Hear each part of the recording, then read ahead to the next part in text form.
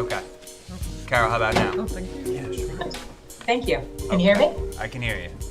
Awesome, perfect. We're all set. Thank you. All right, thanks, Alex. This just came in. Oh, thanks.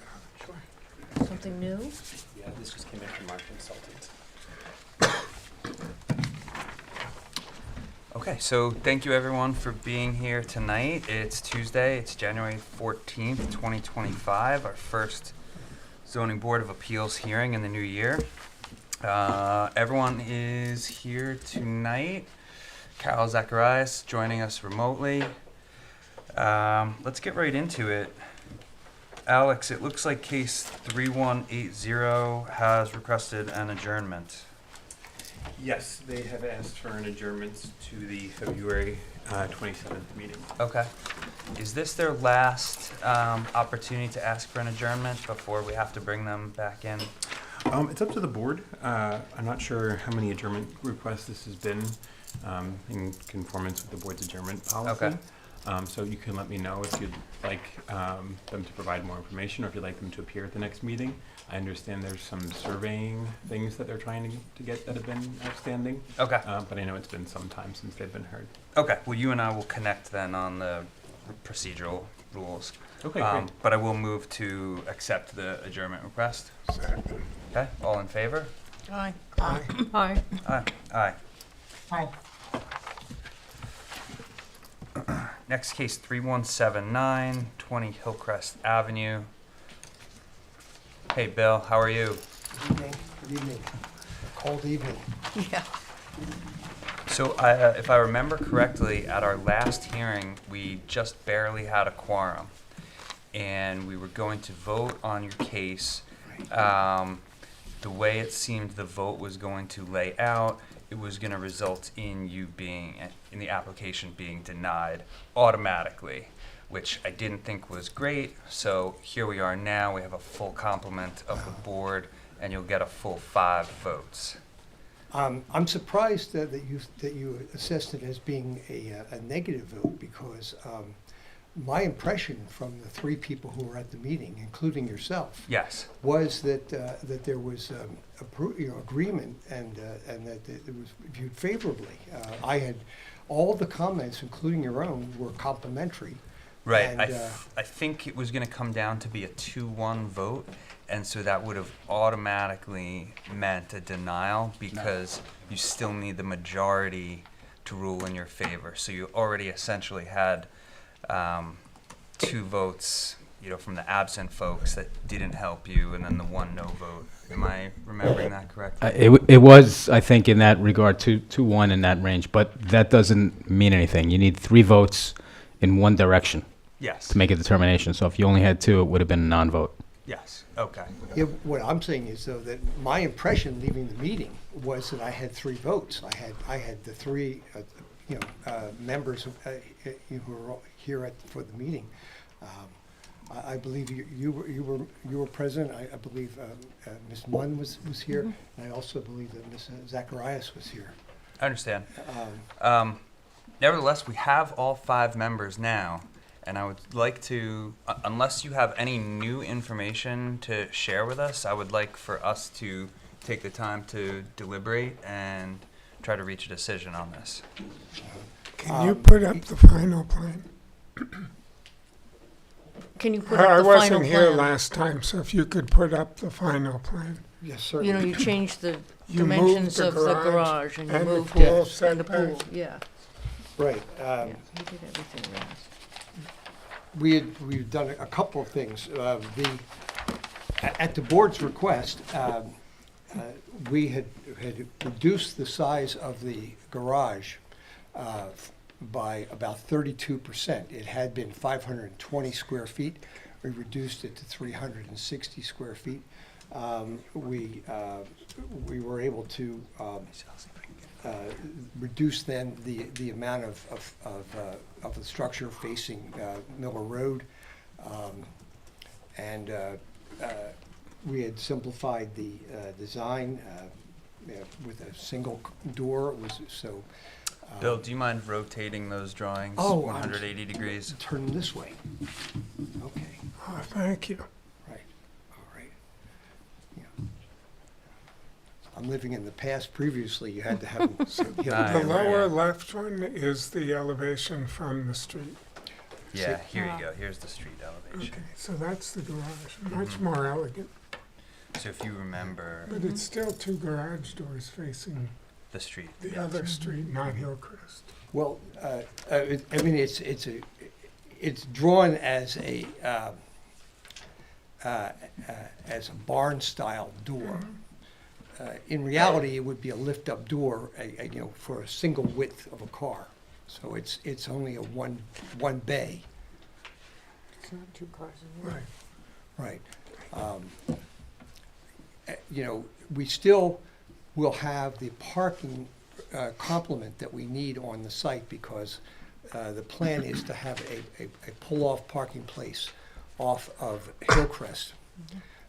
And then we would have the single car in the garage here, plus two more, because we could park one behind the parked car in the garage and a car adjacent to that. So we're required to have four parking places to satisfy the code, so we would meet that.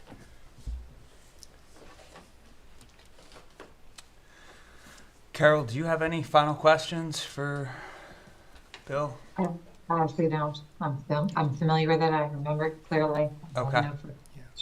Okay, then Carol, I'll ask for you to kick off the deliberation for us. What are your thoughts? I'm really torn on this one, I'm gonna be honest with you, because I think it's a vast improvement over what's in the neighborhood now, point number one. At point number two, it is, it's a property that is next to a business, right, contiguous to them, and across the street from a business. So this is a tough road to hoe, if you will. Mm-hmm. And they're gonna build a lovely home with a lovely facade and so on and so forth.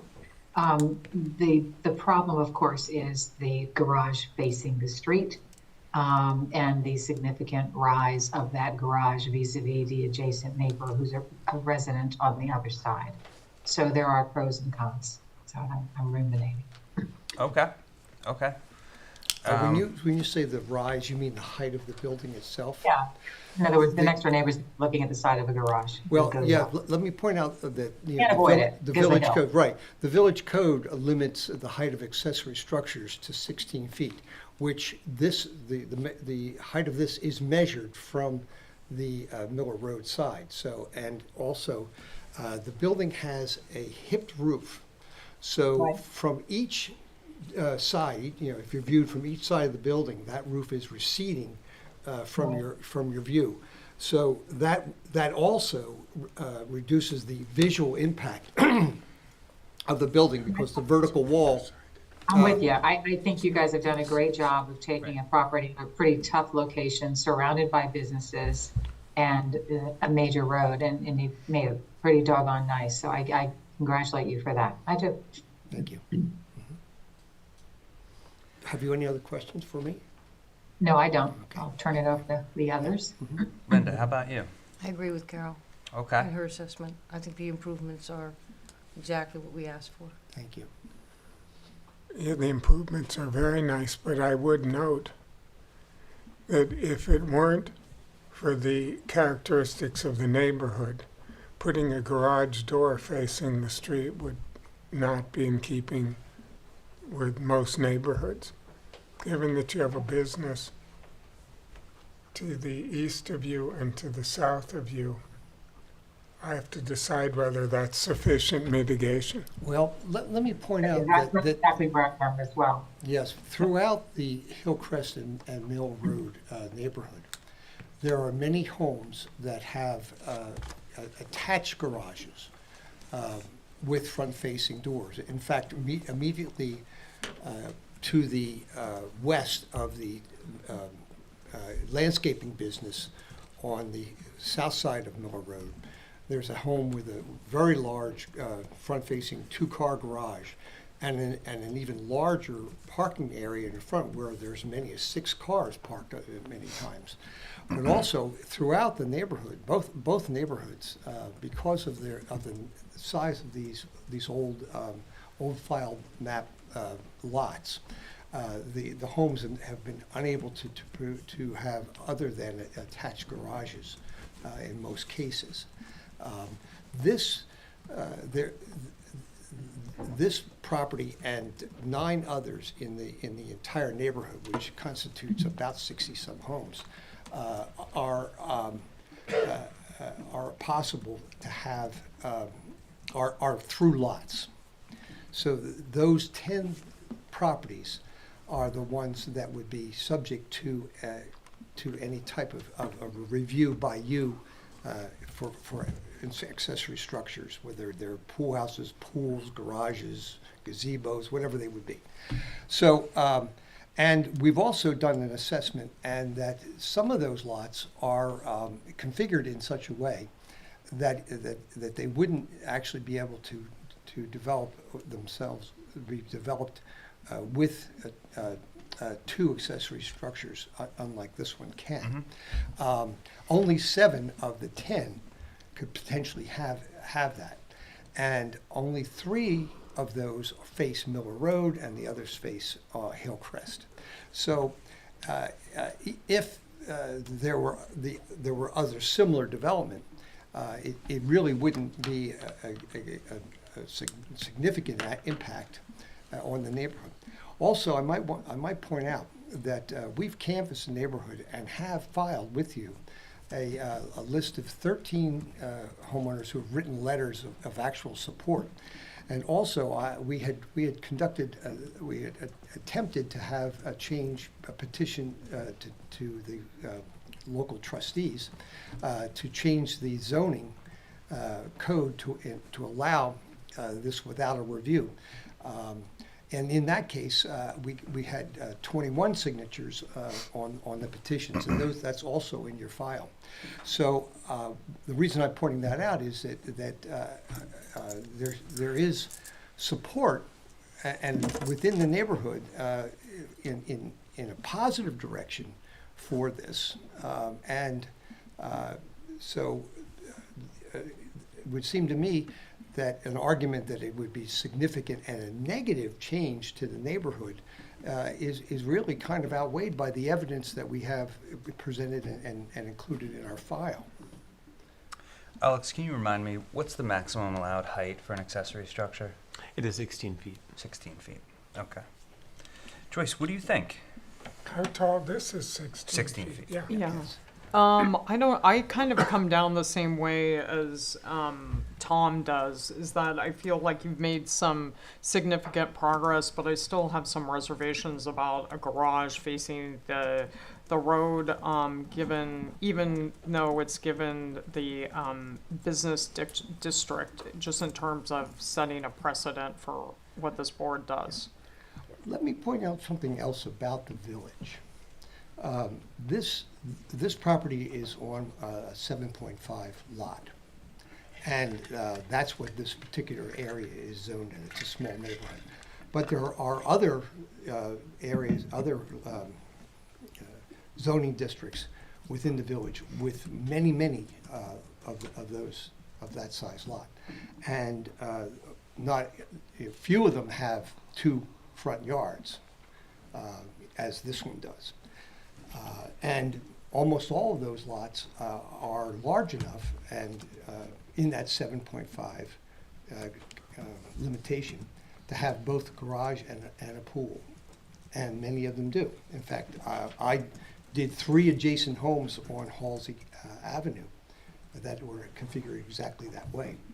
Also, I would like to point out that in any neighborhood, on any block, you're going to have 4 properties that have 2 front yards, a front and a side yard. And in many of those lots throughout that district, the 7.5 district of the town, there are road-facing or street-facing garages that are often entered from whatever is not what you might say the front of the house, the address side of the house. So it's not uncommon to have front-facing garages in a 7.5 zoning district. It's just that it so happens that their front yard is what we would call a side yard, and in this particular case, it's a rear yard. Also, there are other districts zoned it with different zoning throughout which I've submitted as evidence in the file, where there are, have been many variances granted over the years through lots for accessory structures.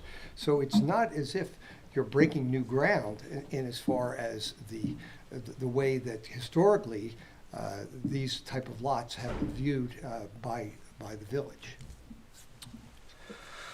Understood. I think first and foremost that your patience and your adaptability here is to be complimented. I agree with everyone that the proposed garage is very pretty. I really do like the details that you've incorporated, and every version of the garage has been just great architecture to me. I absolutely would vote affirmatively for the swimming pool, but for me, I'm actually a no vote on the garage, and here's why. I do think the application is significant. I think if we look at the width of the structure in relation to the lot width, we're at too high of a percentage of the lot width. So street frontage, what we experience on the street is a bit, to me, on the heavy side.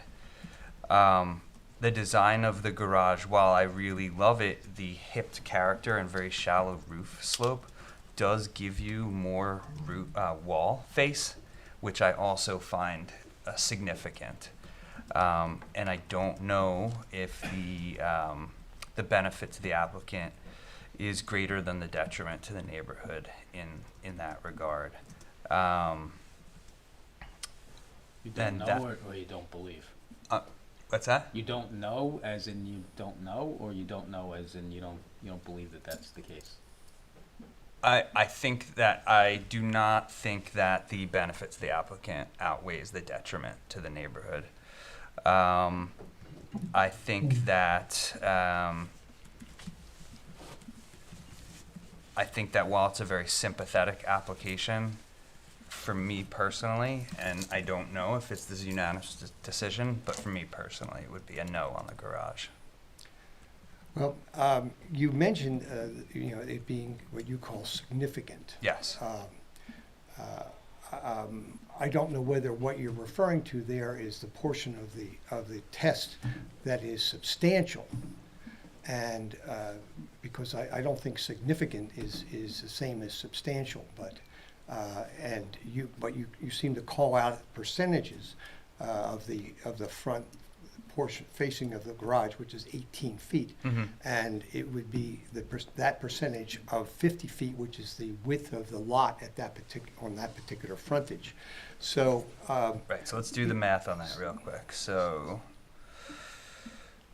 18 feet divided by 50 feet. So we're talking about 36% of your lot would now be taken up by a garage. And if we think of most lots and what most garage widths are, I don't think they rise to the level of 36%. well, I think we're let's take a look at most lots and what they have on it as far as structures go facing the street. So if you have a 150 foot lot, and it's not uncommon to have 80, 90 foot wide buildings on it in this particular village. Of course I mean, not. I think very commonly you're going to find that 36% of the frontage on a lot, more than 36% of it. I agree with is going to everything be that you've with just said, but structures and with tall structures. This is, this structure is, it's the vertical facade of the building, is something on the order of about 10 feet. So I agree that most lots probably have a significant portion taken up by structures, but you are asking us now to compare apples to oranges because those are homes, right? And here we're talking about a garage that by code isn't allowed to be there in the first place. So you're asking for relief from the zoning code, And if we weigh the balancing, me only, not speaking for my board members, me only, I don't think the application on balance meets the criteria for a variance. So you say it's not, by code, not allowed there to be in the first place. I believe that the reason that this was written into the code as requiring a variance is because of the uniqueness of the fact that that lots would be through lots, and I think that was meant to simply be able to weigh the significance, as your word, to the character of the neighborhood. As I pointed out, the potential for this being repeated in the neighborhood is very small. And let's say that it was the only lot in this area that had this situation. In that case, there would be its significance or impact or whatever would be de minimis. The fact that only potentially three other lots on Miller Road would be developed similarly, also to me, with the number of homes in that neighborhood. Well, consideration for the potential is not actually something we're considering. So, I mean, well, yeah, but you're saying it will have a negative impact on the neighborhood. You're Yes. saying that the impact to the public outweighs the benefit to the property owner. To me, you're taking away some of the value of this property owner's property. Other properties in the village that are in the. I just want to stop, just going to pause you right there. We in no way add or take away value from anybody's property. This homeowner bought this property knowing his restrictions fully, right? So Yes, we knowing his do not. restrictions fully, and also being aware that there was a potential for it to be used in this way, if he made an argument that was a good argument. And what I'm trying to do is present an argument that says that other similarly sized lots in the 72.5 district are developed with these type of amenities.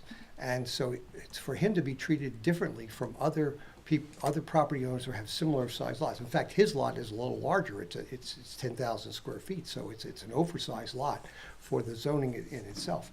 So he has I think the right as a resident of the village to expect to be able to enjoy his property to the same level as other similarly sized properties in the village.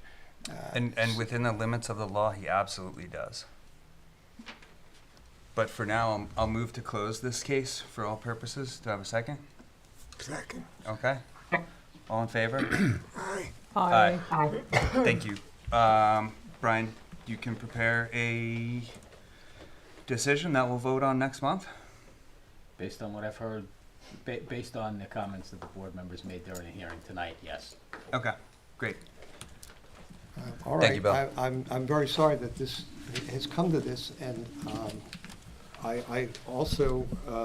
I mean, I think you may have an approval here. All right. Well, I'm hoping so, because it's been a long road for my client. And, Of course. He's been through some emotional ups and downs about this, and he's a good resident of the village, and wants to do right I get by it. his neighborhood and by his neighbors. And we'll vote next month, and maybe it'll be 4-1. Okay. But as Luke said, this is self-created. He knew what the zoning code was when he purchased the property. Yeah, I understand that, but I mean, that's the case for anybody who comes in for a variance. And,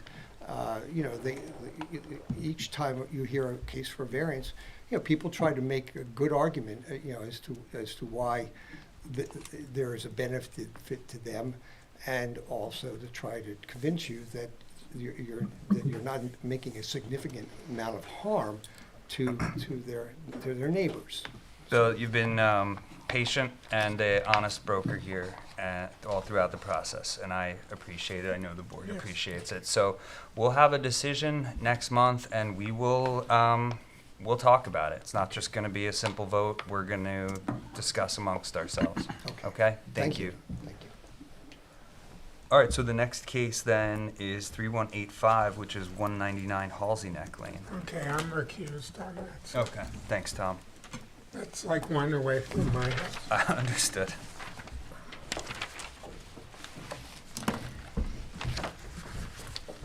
Alex, this says this application is being renoticed. Yes, I believe it was renoticed for this meeting. Okay, so we're good to proceed. Yes. Okay, Yeah, it was renoticed for the November meeting, I believe. super. Let's go. Where is it on the agenda? Yeah, I don't have it on my agenda. Number 3 on old cases. Oh, that's. Um, Are you on an You old should make agenda? sure that your agenda says version 3 in the bottom left-hand corner. There was some updates. Version one. Version one. All right, I have an older version, sorry, I apologize. Oh, no, I've got it here. I Does think. everybody have version 3? Wait, That's do you have what that version 3? I've got another copy over here. Okay, great. Okay, thank you. Okay.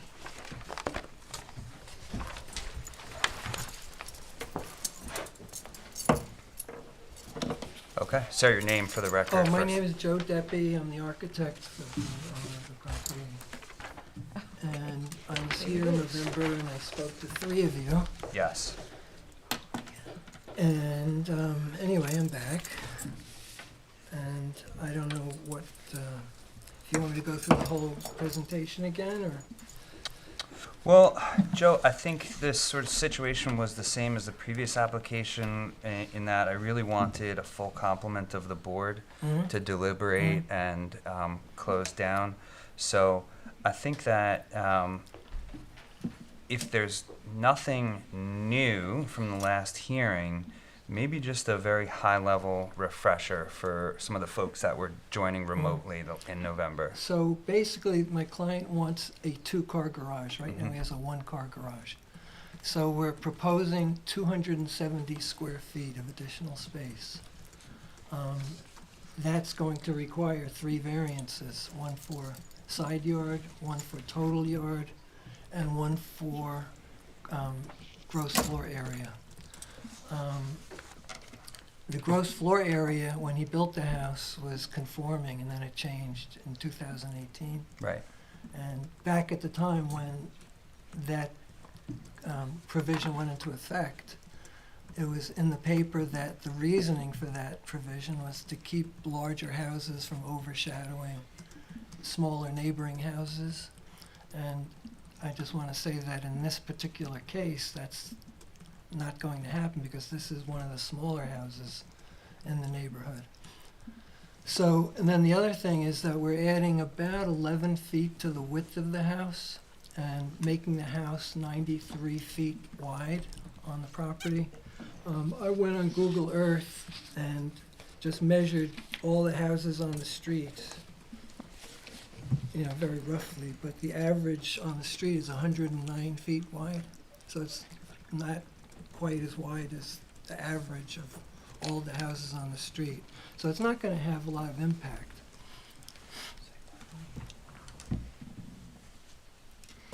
And if, sorry, go Yeah, ahead. so, continue. and then, you know, right now, it's a small, little hip-roofed, looks like a little attachment to the house. I'm trying to make it blend in better with the house, with a gable roof, with corbels, and similar detailing to what's there now.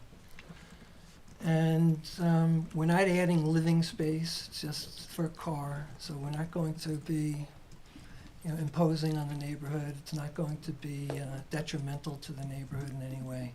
It's very well landscaped property. You really can't even see it.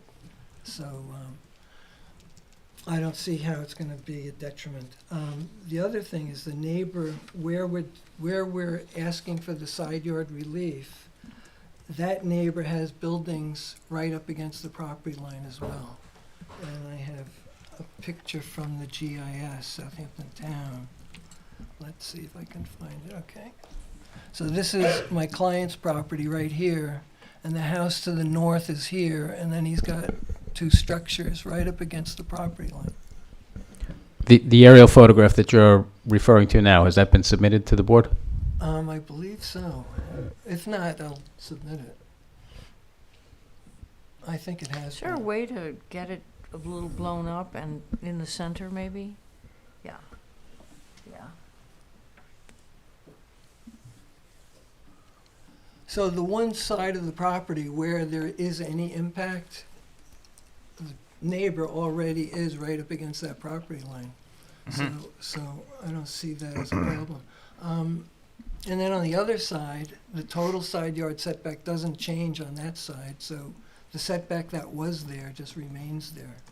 So we're not having any impact on the neighbor to the south. So anyway, that's basically. Okay. Okay. Yeah, that's my recollection of it all. Carol, Joyce, Linda, some of you were here, some of you were not. Do you have any questions you want to ask Joe? No, I don't think so at this point. It looks pretty straightforward. Okay. Yeah, in terms of their request. The question I have is, if, let's say, this wasn't approved, does he have a right to build a separate garage on the property?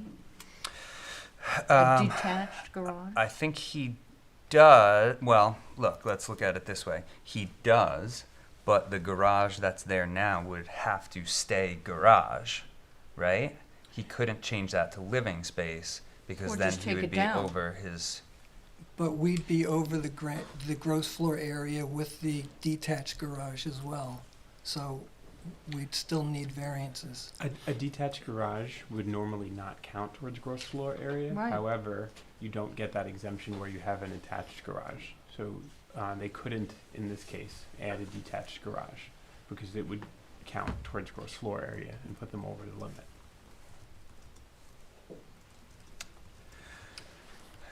Carol, what do you think? I'm torn because I think it is unreasonably close to the neighboring property, putting aside the fact that the neighbors are encroached with these other buildings. But it's just so up against the neighboring property is one concern. The second concern is, once again, we're moving into the zone of two garages facing streets in the village, which is something that is best avoided. On the other hand, I think the architectural design is beautiful. The house is not imposing. The house is not outsized to the neighborhood. The result would not be, demonic to the neighborhood by any stretch of the imagination. So I understand the request. I sympathize with the request, and I'm trying to reconcile this two-car garage facing front kind of concept that we'll keep wrestling with. So I think that if the proposal were for a GFA request for livable space, it would be a pretty easy no, right? Because I don't think this board has ever granted that request. Complicating factor is that it's for non-habitable space. Complicating factor, Alex fact check me, is that 2 years ago, the homeowner would have been under a different set of rules with respect to garages and gross floor area. Yes, but when the house was built, it was conforming. When the Later house was built, rendered it was. non-conforming by changes to the code. Mm-hmm. Mm-hmm. In addition to changes in the way that attached and detached garages are counted towards gross Mhm. floor area. Mm-hmm. Okay.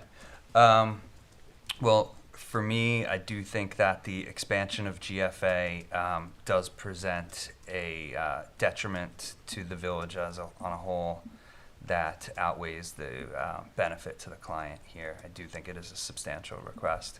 Unless anyone has anything else they want to add, let's close this for all purposes. Carol?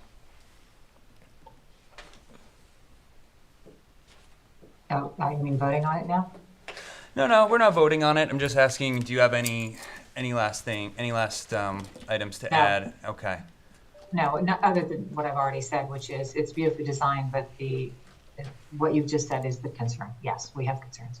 I share the concerns. Okay. So I'll move to close the application for written decision. Seconded. Second, all in favor? Aye. Aye. Okay. Brian, do you feel like you have enough to go on to? No. No, I don't. Okay. So let's talk. Let's do a straw vote then.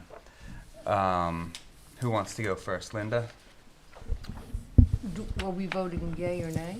Yeah. Yes to approve. And this is not binding. This is just for Brian to craft a written decision. I'm still a little unclear if the client decides he needs a two-car garage. Yes. Decides to knock down the attached single, can he build a two-car separate structure on his property? I mean, that would be fairly significant intervention into the home. Not by the design I've seen. Well, You if we could look easily at. knock down that. What I'm trying to weigh is Mm-hmm. if the board denies it, Mm-hmm. do they have the right to build a separate structure on the property that wouldn't count to the gross square footage? You know the numbers a little bit better than us, Alex. If we lost this 400 square feet or so that's being taken up by garage, could there be a detached two-story garage? So there, currently on the property, there's only an attached garage for one car, One car And- attached. and there's no detached garage. No. So the GFA exemption that is being applied currently to the attached garage. So there is no GFA exemption to a detached Yeah, but if garage. they took that garage off, they took the attached, Mhm. just took it off, Yes. giving much more space between the house and the property Mhm. line, could they then build a detached garage? I believe that would be permissible because 100% up to a certain limit of a detached garage would not count, but the attached garage would have to be removed. It couldn't be converted to living space. Right. Well, because no, that I would be understand removed. that. All right, so then what we've just established is that there are feasible alternatives. Well, it's not feasible because that'd be very expensive to do. First, there's a lot of construction, demolition, construction, redesign of the house. Can't just take the garage away because there's habitable space behind it. And then the additional cost of doing the driveway all the way into the backyard where the only spot, there's no room alongside the house because the side yard setbacks are too great to put the garage anywhere except in the very backyard behind the pool. Mm-hmm. So there'd be big disruption of, the property and very high construction costs. Just note that the hearing's been closed. Right. So, Okay. Joyce, how would you vote? I'm a little bit torn. I will have to say that I do have reservations about the increase in the GFA, but I think also, more importantly, the proposal of building a two-car garage that's facing the street, I have an issue with still. It would have to be in the backyard. Yeah. Yeah. Okay. So then you would maybe approve. Correct. Linda? Approve. Okay. Did we lose Carol? No, I'm here. Can you hear me? I can hear you. What? Oh, yeah, no. I have significant concern about the GFA, and I'm really concerned about the two-car garage facing the street. I know we have a one, but two doubles down. Having said that, given other circumstances, I'd probably vote to approve if I had to vote right now.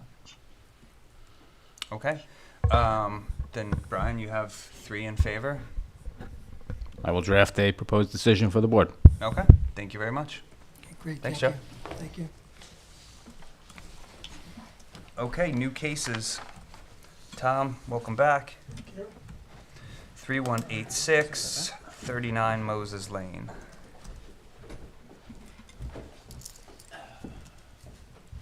Good evening for the applicant, John Bennett. John, how are you? Good. Good. Happy New Year, everyone. You too. Happy New Year. Happy New Year. This was previously posted So the affidavits were submitted previously. And we got a confirmation of that from Marcella. So we're here to ask the board to amend a condition that was imposed on a prior variance granted by the board, and that condition,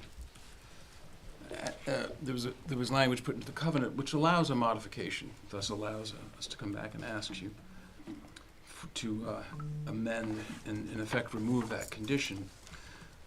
This is a case about changed circumstances, which I'll confidently be able to explain and demonstrate to you that there are significantly changed circumstances which warrant a relook at this condition and in my opinion, a removal of the condition. Let me tell you what this case is not about. There's no request for variances here. The proposal conforms totally with all setback requirements, GFA requirements, height restrictions, pyramid law restrictions. It conforms to the current code. And what we're talking about is a change in circumstances because the covenant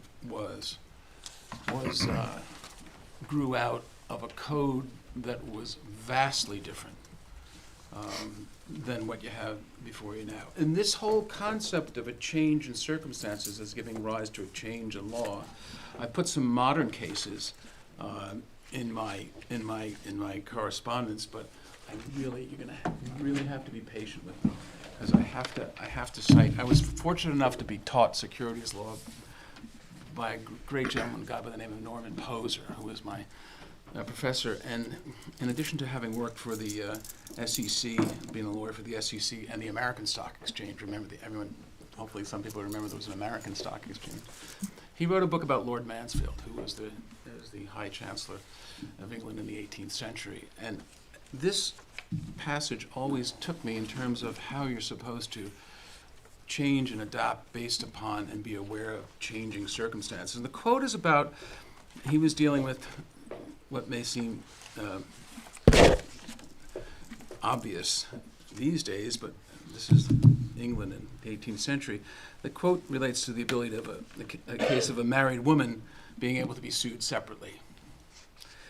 And he changed that rule, and he said, general rules are, this is Lord Mansfield, varied by change in circumstances. Cases arise within the letter, yet not within the reason of the rule, and exceptions are introduced which, grafted upon the rule, form a system of law.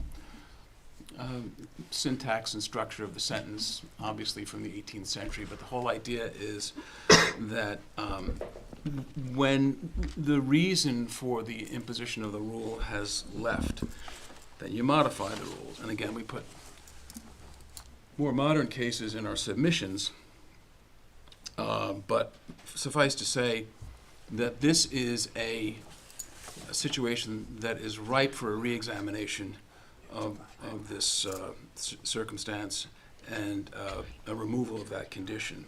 So in 1998, a predecessor in title sought to subdivide a parcel that was improved by two pre-existing non-conforming residences because they had certain issues to them. But the grant of the lot area variance contained a condition prohibiting the expansion of the existing residence. It said you can't expand it anymore.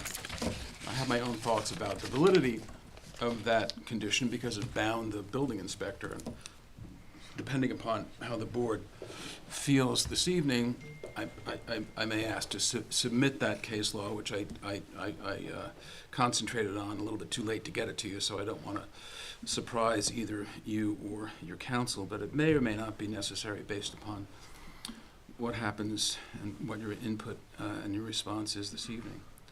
The Cordals purchased the property in 2024. There's no restriction on the certificate of occupancy, nor the updated certificate occupancy obtained by the applicants prior to their purchase. The CO doesn't say anything at all about limiting what can be done on the property, and Mrs. Cordal is going to testify tonight about their representation and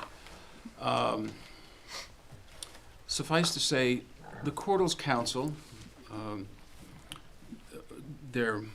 when they purchased the property, did what is common for lawyers to do there was a line in the contract that said, subject to covenants and restrictions of record so long as they are not violated.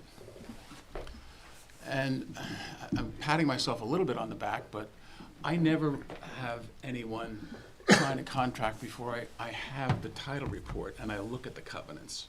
That's my practice. 85% of the lawyers don't do that. They actually say, they take this language in the contract that says covenants and restrictions so long as they're not violated. And it's not that common, but this, in a case like this, it'll come up and bite you in the behind. Because the covenant is not violated, but there's a covenant that prohibits the expansion of this house, even though when the Cordals, and they'll testify to this, examined the house for purchase, they were under the impression that they could expand it by about 600 plus or minus feet, and that's what we're trying to do right now. The current property owner's architect applied for approval to construct a second floor, completely within the footprint of the existing residence. And by the way, I should have said, in addition to the Cordals, I think Charles Kuhn, the architect, is with us on Zoom, hopefully, if there are any questions arise. But I do have his plans, and I've reviewed them as well. But, so the proposal, which is before you, is to enlarge only the second floor of the residence. And leaving aside what expansion means, we'd like to remove the restriction that was previously placed on the property. There's an existing second floor. The existing second floor, you can see on A1, is 465 square feet.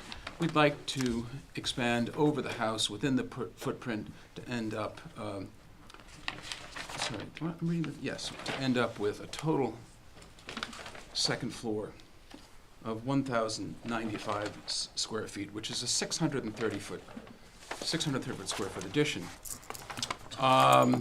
So again, the existing second floor is 465 square feet in size. The applicant proposed to construct a second floor of a total of 10,095, a total increase of 630 square feet. And that's on A1 and A2. Candidly, I don't know where the number in the posting came from. It's 800 and change. I was sort of scratching my head on that because we looked at it. We're only asking for, when you remove the, if you remove the restriction, the 630 square foot addition is within just a little bit of the GFA. And we're not asking for a GFA variance, but that's where we're at. We're at 630 square feet. Again, going over the existing second floor of the, going over the existing footprint of the house. An existing second floor of 465, want to add 630. Over the footprint, and again, all in conformance with setback, pyramid, GFA, everything. The volume of the second floor, both proposed and existing, will be a bit higher because right now the existing second floor of the house is about 8.4 from the second floor to the ridge height, and the ceiling heights are only in the middle. They're about 7 feet. That's in the middle. The proposed second floor to the ridge will be, from the second floor to the ridge will be 15 feet, but still in conformance with the pyramid. That'll give us ceiling heights of 8 feet. So it's not a greedy ask. It's an 8-foot request, and actually that'll bring it in to conformance with the building code, because only the middle of it is at that 7 feet. The house itself is only 26.9 proposed. It's 26 feet 9 inches in height. Getting back a little bit to the narrative, after the Cordals purchased it and looked at this property unaware of the restriction, and when I say unaware of the restriction, I'm being very, very candid with you. As a lawyer, there's no hiding from the fact that they had, by reason of the filing of the covenant, constructive notice of the restriction. There's no question about that. But I want you to hear the way it happened, and I want the Cordals to talk to you about it, just so that you will be comfortable with their bona fides and their good faith. And I would hope that the misstep of their prior counsel would not be visited on them, particularly where this is an application that will absolutely have no impact whatsoever on the neighborhood. and was based upon, and I'm going to get to this right now. Okay. Based upon thinking, based upon the laws as they were in place at the time. At the time of the 1998 decision, residential development in the village was regulated by means of lot coverage restrictions. That's all there was. There were lot coverage restrictions in terms of how big the house could be. Setbacks, but mostly what was governing how big a house could be were the lot coverage restrictions. Gross floor areas hadn't been enacted by the village trustees, and this is getting to what I represent to you as a textbook change in conditions, circumstances. So you had no gross floor area restrictions at the time of the imposition of the condition, the no pyramid restrictions, no varied height restrictions based upon the size of lots. All of the stuff that took place over the course of the last 15 years or so through a lot of like blood and feathers and political wrangling. John, 1989 or 98? At the time of the 1989 decision. Well, what is it? Let me see.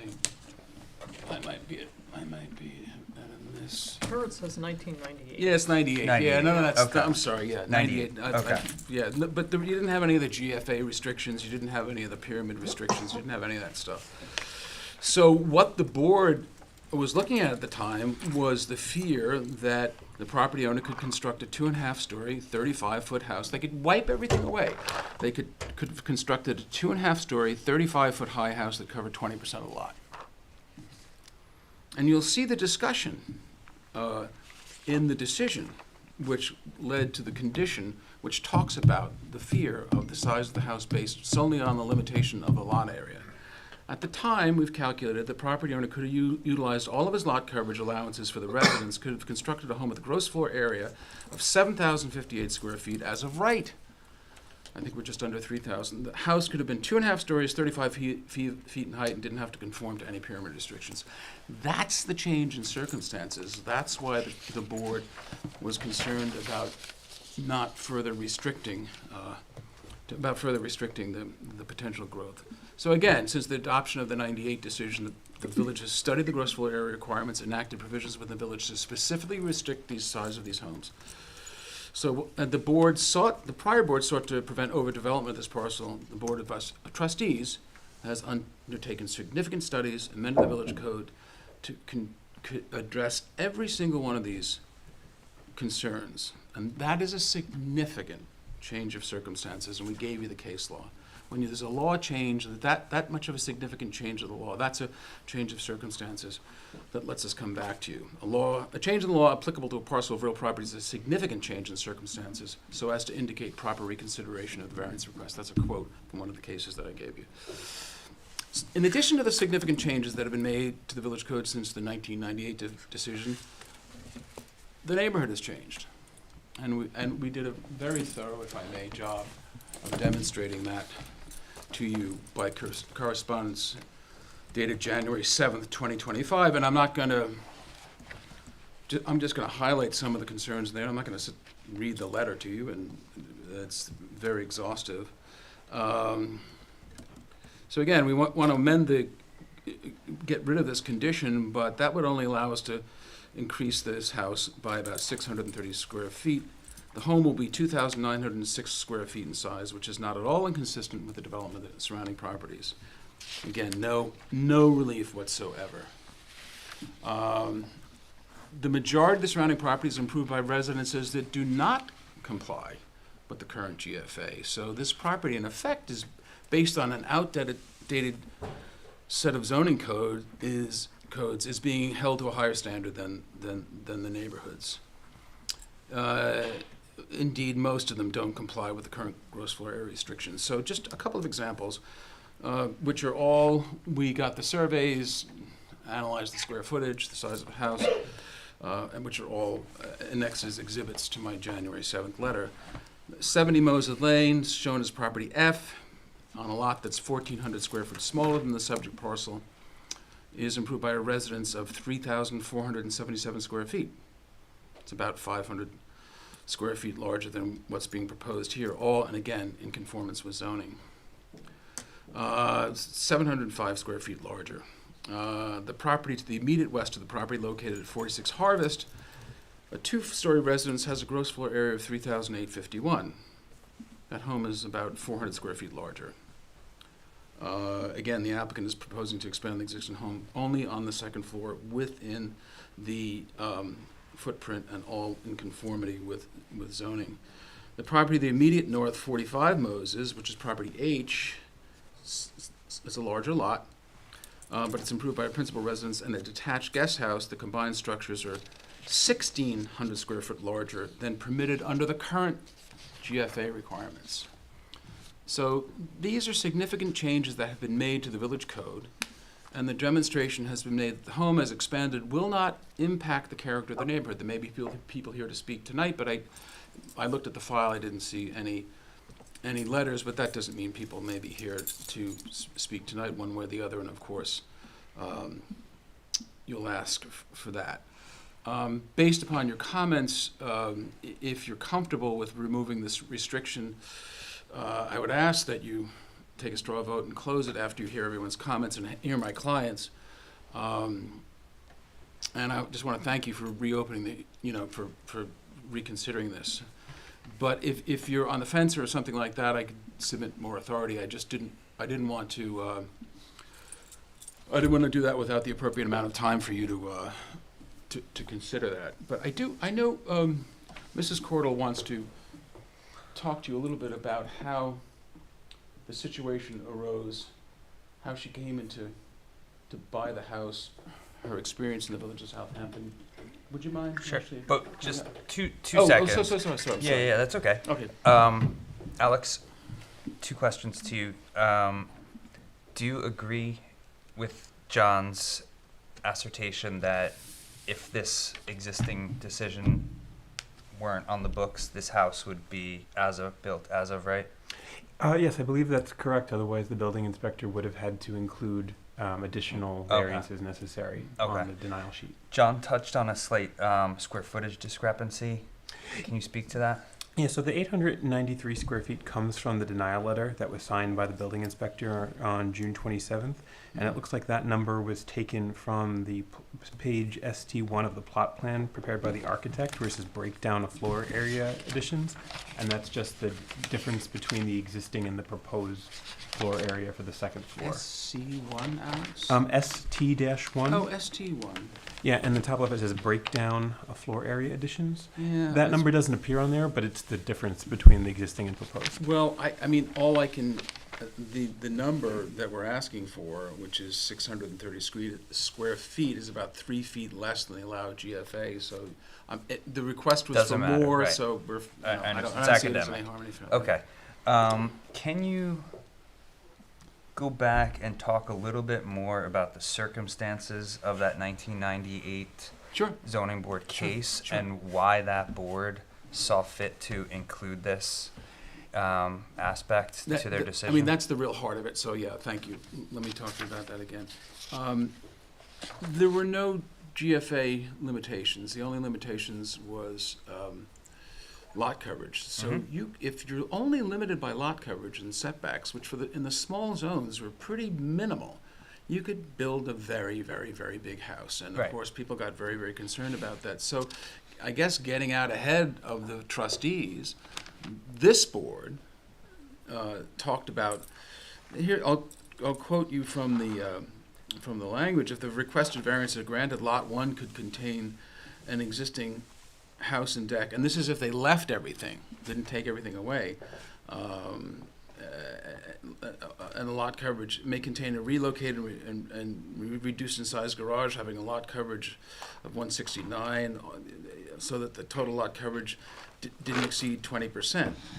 We analyzed it so that the property owner at the time, if he scraped the lot clean, under that code that was in existence at 1998, could have constructed a home with gross floor area of 7,058 square feet as of right, could have been 2.5 stories, 35 feet in height, and didn't have to conform to any pyramid restrictions because there were none at the time. So what the board was saying is if we just don't put any restrictions on this house, we're creating 2 new lots.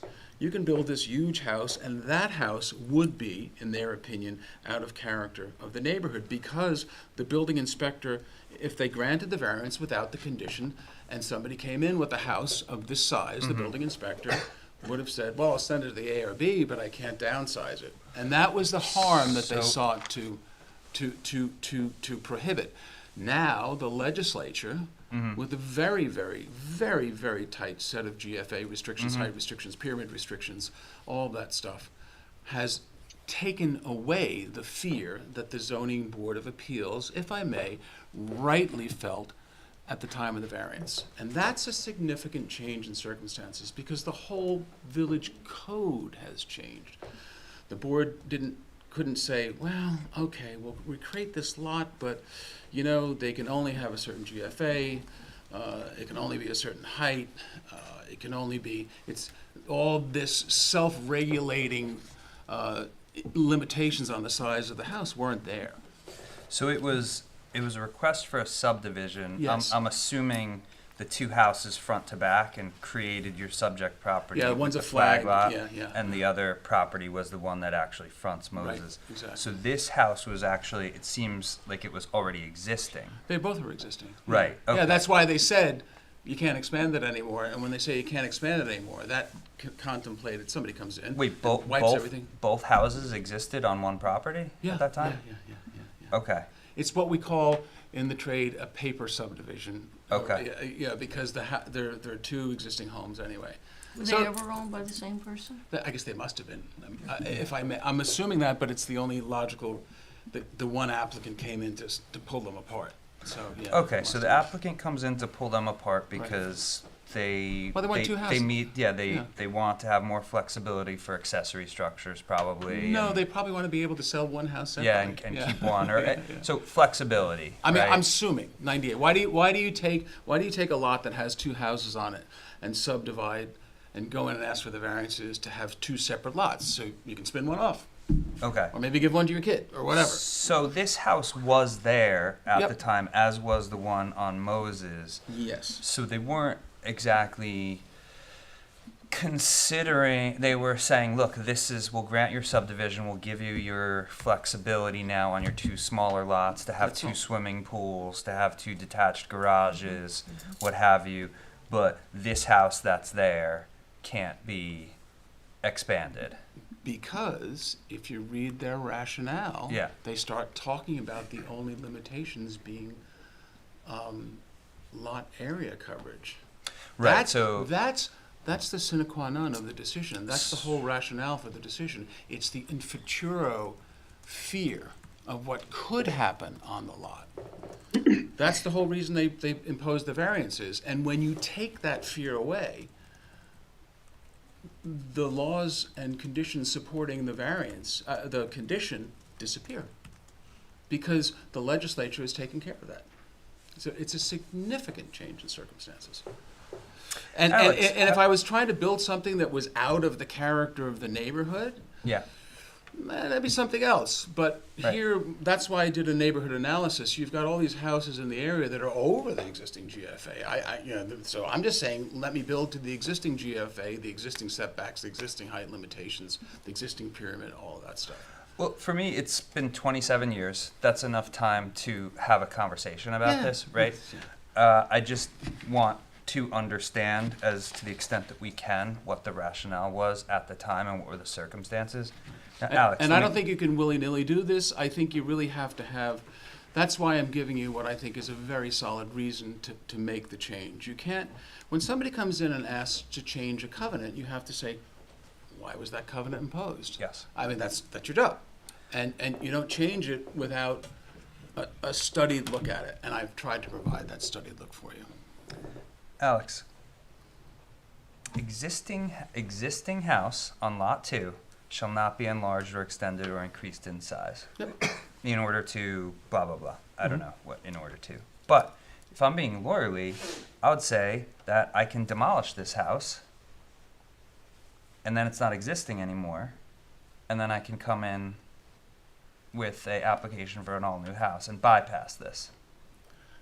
That absolutely had occurred to me. I thought it was a little too cute by half. 'Cause we knew- I'm helping you. I I'm know helping you So are. let me go. I Let me know go you on are. with I this. know. I suspect that the building inspector wouldn't allow that, but, you know, it would be, it'd have to be interpreted if somebody asked It for would that. be, it would be tested. Yeah. The law is quite clear, and I litigated this issue in, excuse me, I'm sorry. The law is quite clear, and I litigated this issue in a case in Shelter Island.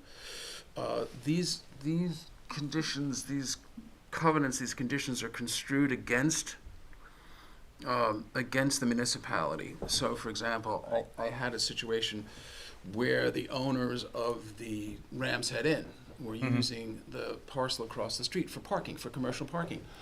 And the covenants that were on that subdivision, where the commercial parking was, the covenants were on that subdivision created all these limitations on how a house could be built.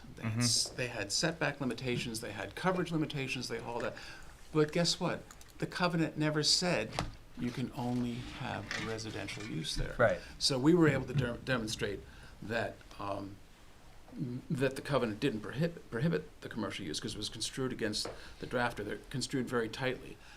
I appreciate what you're saying. I really, really struggled with that. Well, I think you have a strong case to say that you choose the right words. You have a strong case to say that a denial would represent a undue hardship because they can knock the house down and get what they want anyway. I don't know.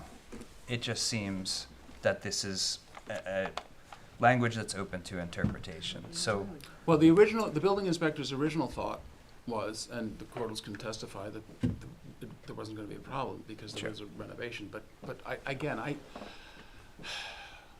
I thought it was easier because I think I have such a clear case, to be very honest with you, to ask the board to remove the condition. I thought it was just an easier, less. You know, another one of my professors used to say, people say that's a technicality, and then he says, yeah, technicality, that's your winning argument. But I didn't necessarily want to go down that path because I just thought it was a clear case for removal of the condition. And I again, if the board wants more law on all of these conditions, I think the condition is actually an illegal condition. But okay. But I don't want to go there if the board is comfortable with removing it. I do want. Brian, what's your take on that? I have no idea. I have not seen certain documents that are Okay. necessary. Don't put them on the spot. Oh, we have time. No, the Brian problem has is time to study it. I've not seen the decision. I've not seen the covenants. I don't believe they've been filed with the application. Oh, I'll get you so- that. I'll Okay. get you that. Okay. Okay. Okay. Well, yeah, because I mean Yeah, that's yeah. obviously a condition Oh, I thought that was of the building application. department file. That was the whole reason for the denial. So, Okay. Brian, I'll get you that stuff. Yeah, Okay. Let's hear from the homeowners. if you would. Thanks. Can I ask a question before we go on? Please do. Oh gosh, yes. Sorry. Alex, I don't know if this is relevant, so I'm curious to hear your answer. The question put by Luke was, if for some odd reason they went ahead and wanted to destroy the house to get around this covenant, Mm-hmm. you made a comment that the building inspector wouldn't approve that. Well, Why I think what I said is the building inspector would have to make an interpretation about how to apply that Word exists. restriction if somebody were to ask for that. So it's hypothetical. It hasn't been tested. He may read the intent of this as to not allow any structure larger than the one that's existing. I don't know if he would. Okay, thanks. Yeah. Got The word existing is problematic for someone trying to enforce this. Again, it was obvious to me, as the chairman pointed out, I thought that it wasn't necessary to raise that issue because I thought there's a clear case based upon the law for a mere removal of the covenant, and it was just easier, as opposed to getting into an interpretation argument. Well, Carol, you're an attorney. What is your interpretation? Not having seen the full decision, of course.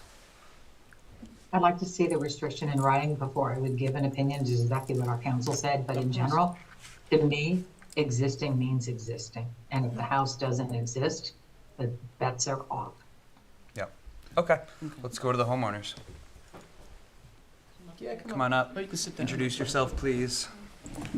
Sit down. read from here. First of all, I want to thank you all so much for having Introduce this- yourself first. Need your name. Oh, name's Ashley Cordell, and this is my husband, Matthew Cordell, behind me. First of all, I want to thank you so much for hearing this case and thank our lawyer for being so supportive in handling of our situation. I've been spending my summers in Southampton Village for over 40 years. These summers for me started when my family was renting a small cottage in the village, and just a few years later, they bought their first home on Moses Lane. Since then, they have owned 3 homes in Southampton Village, all of them a few blocks from each other. I love it here, and some of my happiest memories are not just in the Hamptons, but Southampton Village in particular. Of course, when I married and started having a family of my own, I brought them here. We've had some of my most treasured memories and started new family traditions together. You can imagine how delighted I was when they all loved Southampton Village as much as I do. My husband is a police officer, so when we started talking about where we wanted to retire, spend time, we both automatically said Southampton. It was after numerous years of searching that we were able to find a home literally down the block from my family's home. We hired a lovely lawyer for the closing, and though he was well-intentioned, he admitted he overlooked that this house carried with it a serious restrictive covenant. Unfortunately, we had already closed on the house when we were informed by our architect of the covenant. I should add that our architect approached the building department regarding the issue. The building department assured them that it was not an issue and they would not seek to enforce the covenant. Our architect then proceeded with the project. It was in June, hours before our ARB meeting, we were informed that our application was denied. I can assure the board that without question, we would have never bought this house given our plans if we had known we had to go through this kind of time, expense, and worry that we've had to go through in trying to remove this covenant. I believe that everyone in this room understands that this process is costly. Time out of work, legal fees. We were not financially prepared to take on something of this nature. But here we are. We are not trying to build a mansion. We are trying to make simple improvements to the house that we could afford in order to make it more livable and comfortable for our family of 4. We hope that the board takes this all into consideration and chooses to decide in our favor and remove this covenant. We can assure the board that our improvements will be totally in keeping with the beauty and charm of this village and all of the laws that the village has appropriately enacted in order to assure that Southampton Village remain the gem that it is. Because the beauty of the village and the quality of life it offers its citizens is what will continue to draw people like us to want to live here, to raise our families here, and to retire here. Thank you for your time. That's it. I mean, I don't have anything at this point, unless the board has any questions. Do you have any questions for John? No, I don't think so. Any comments?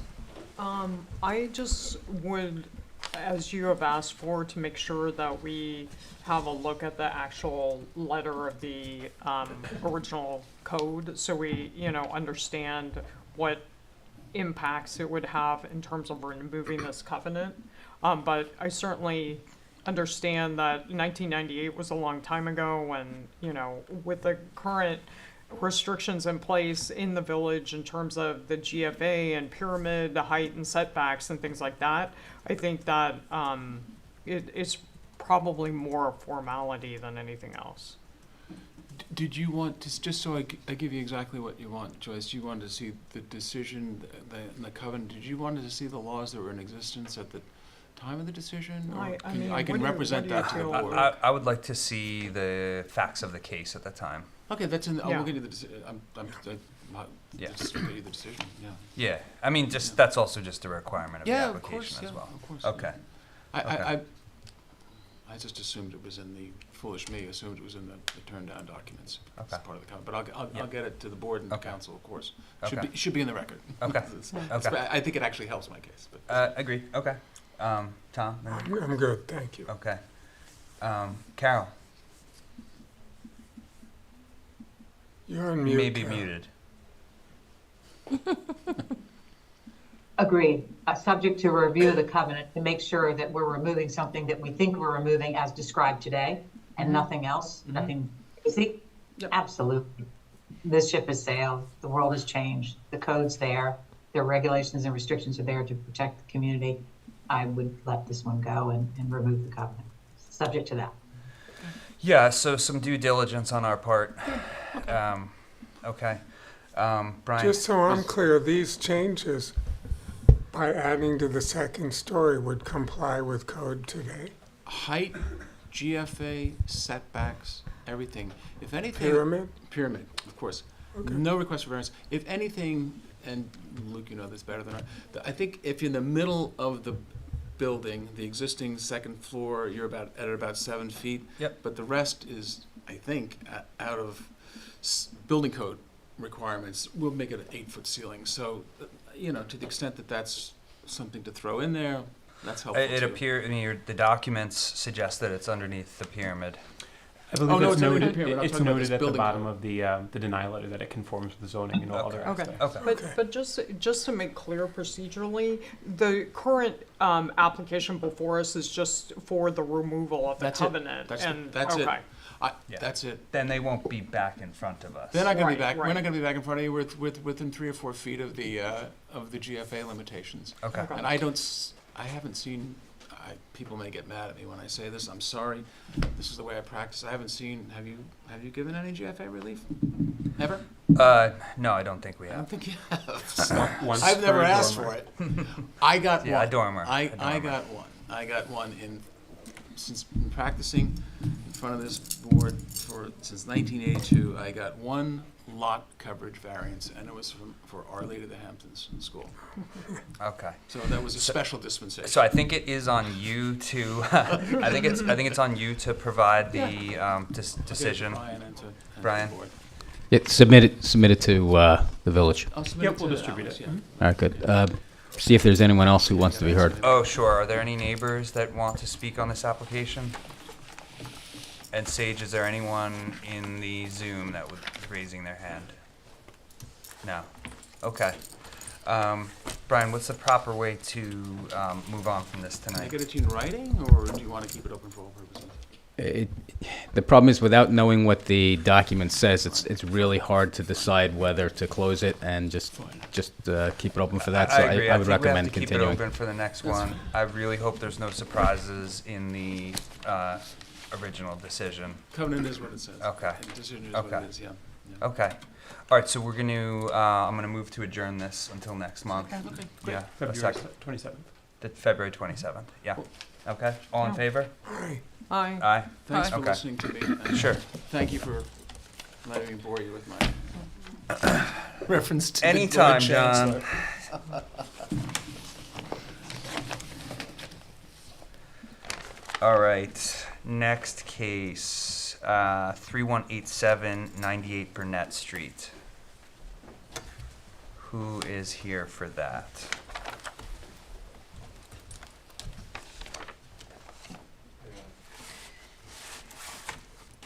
Did you see that? Did you see that, the property that we just discussed? Have you seen it? Yeah. Sage he's joining virtually? Okay, thank you.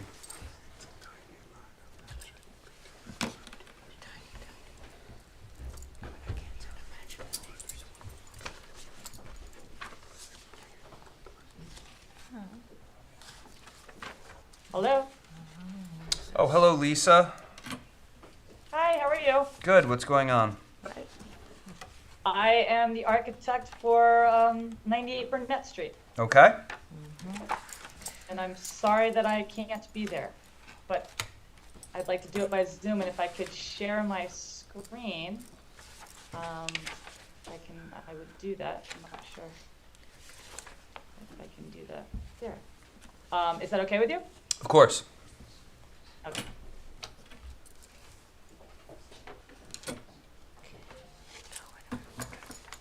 Can you see it? Yes. Okay. So let's move this out of the way. So I'm the architect for 98 Burnett Street for Stephanie Smith, and our proposal is to reconstruct a pre-existing non-conforming one-story garage that's located in the southwest corner of the property. It's currently a flat roof, concrete block structure, and it's located, as you can see here, just shy of 2 feet off of the south property line and about 2 feet off of the west property line as well. There also happens to be, as you can see on the survey, another garage right next door, and it's separated by this hedgerow that exists. So the drawings, these are the existing conditions up here. Like I said, it's a flat roof. It's got kind of a parapet wall, so that there is like a pitched roof inside that. But the flat roof is about 10'3" high. And our goal is to rebuild it and lower the plate height down to 8 feet, so that we're, not really increasing our pyramid all that much. But you can see this dotted line on these drawings shows you where the existing is, and create a pitched roof over this building. If you looked through the pictures, or if you were able to visit the site, you could see, the existing house is a hipped roof with dormers, a hipped front porch, shingle style. This is the existing garage currently. It needs to come down either way, whether it gets rebuilt with a pitched roof or not. It's not doing well. And if you look at it from Burnett Street, this is the garage that is adjacent to it on the other side of the hedge, that is also about 10 feet tall. And then just across the street is a 2-car garage that is built with a hipped roof, that wasn't built all that long ago. I believe they got some variances. I don't know if the garage got a variance or not. And then just Lisa, hold on one second. What's the address of that property? across the street, Yes. I don't know. It's right here. So I'm not sure if it has an address on Pine Street or on Burnett Street. Alex, can you check Obviously, and see if the they got driveway's a on Burnett variance for their Street. garage? I can I'm take a not- look, but I'm not sure that I would have access to all the records here. Okay. I would probably have to check within the building department Okay. records. Okay. Sorry for the interruption, Lisa. Please go on. No worries. So, this is an aerial of Burnett Street. You can see Burnett Street is a land of little one-story structures that are right on the property line, pretty much all up and down Burnett Street. So, obviously it's an existing garage that's located there. So I think in terms of, location, it's, again, pre-existing, non-conforming, and really it's just a matter of, let's see, I'm proposing to increase it by 23 cubic feet on the one side and 106 cubic feet on the other side, just by virtue of how close they are to the property lines. But again, the lowering, I think, of the plate height, if you were a neighbor, you're not going to have a 10-foot high wall. You're going to have a sloping roof that slopes away from you. So I kind of thought we were mitigating it. Everything else meets, the lot coverage meets, the green space meets, everything else meets code. It's just that this happens to be pre-existing non-conforming.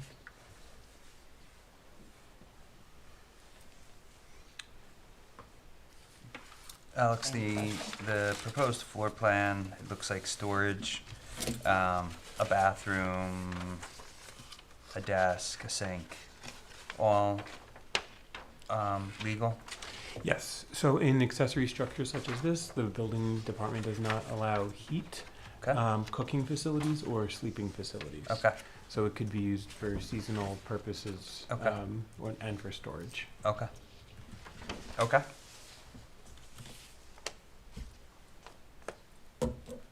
That's it? That's it. Okay. Who wants to start? Tom? What do you think? So the garage would be pre-existing non-conforming, right? Yes.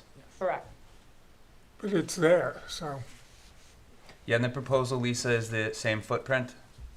Exact same footprint, exact same location. So the only difference is the volume of the roof, because it's not flat. Correct. Yeah, that's where the cubic Yeah. volume is coming from. Linda, do you have thoughts? Yeah, no, I think Tom just clarified my questions, actually. Okay. And just so that the board is aware, I did put into the file a letter from the neighbor to the west, the woman that owns the garage that is adjacent to this, and she put a letter into the record that says that she has looked at the plans and that they think it would be, will fit in perfectly with the character of the neighborhood, just so you know. Okay. What do you think, Joyce? I think in general, it looks like an improvement. And I don't really have any issues with it. Okay. Is there anyone from the public that wants to be heard on this? Sage, anyone raising their hand? Okay. I think we could do a short form approval Okay. for this. Second? Second, okay. All in favor? Aye. Aye. Okay. Thank you, Lisa. Thank you. By the way, I'm the next one, so if you don't kick me out, that would be nice. Okay, so you are 3188 275 Ox Pasture. Yep. Okay, let's do it. Okay. Get rid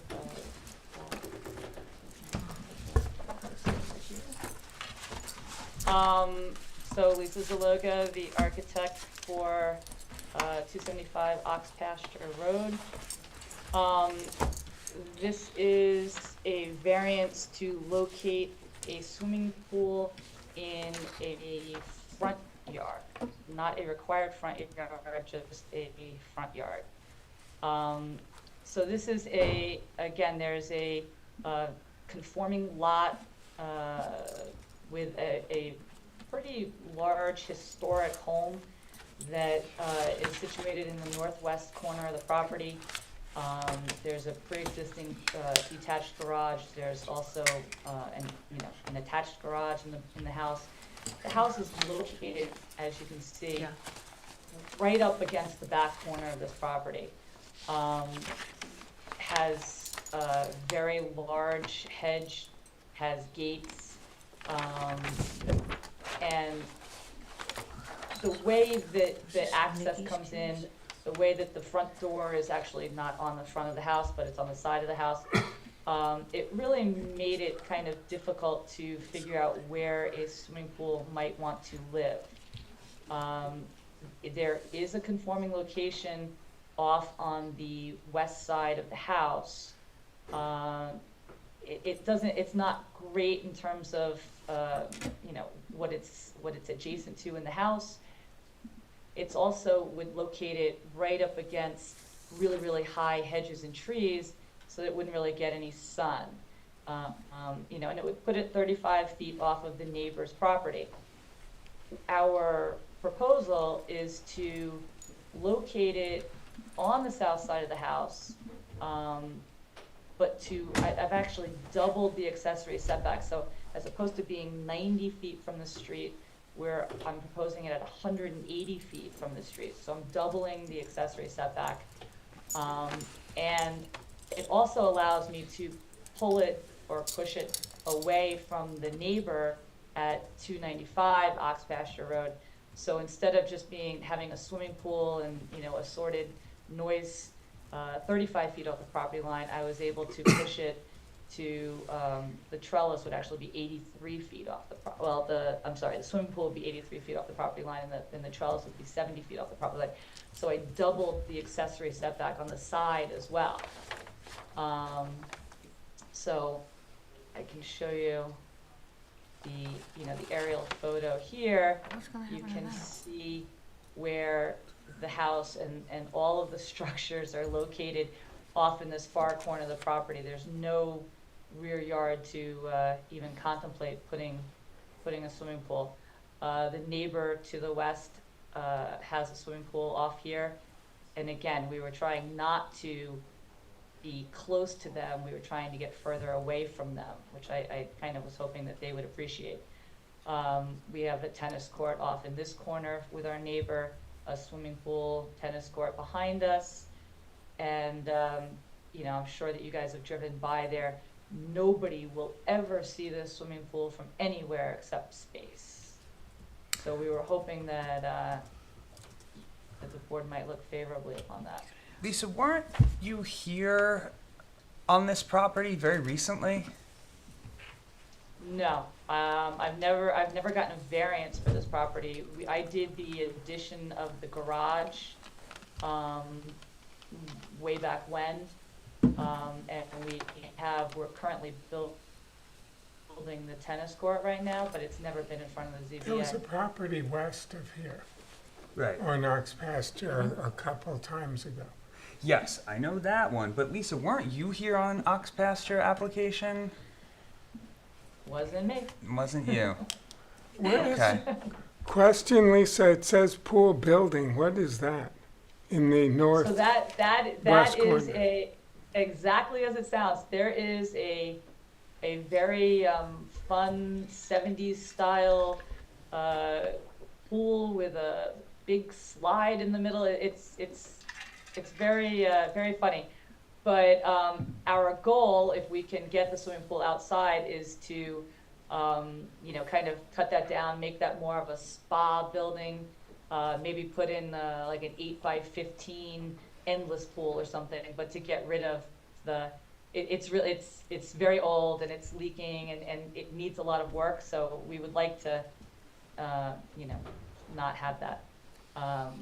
But I did speak with the building inspector, just so you know, and you know, there is a law that in the code that says you can't have more than one outdoor swimming pool, but it doesn't say anything about if one is inside. So that's not part of my variance. So that pool building will remain, it'll just be repurposed. Correct. So Lisa, I think you have to come back with a more full application. Because Okay. right now, What- if I'm only considering this, it's like you're asking for 2 swimming pools on a property, and I don't see us being able to justify a relief for that. Okay. Well, like I said, that's not, I mean, there's nothing against that in the code. Are you saying that you want me to show you what I'm going to do with the pool building? Well, if we're thinking about the benefit to your applicant, right, versus the detriment to the neighborhood, the detriment, as always, is a relaxation of the code, right, which is why you're here. The benefit sought is a pool, but you already have a pool. We do. Like I said, it is in need of repair, but it's also inside as opposed to outside, which is kind of what the goal was to get the exterior swimming pool out in the sun and that. But is that But, I mean, I can- currently, oh, I'm sorry, go ahead.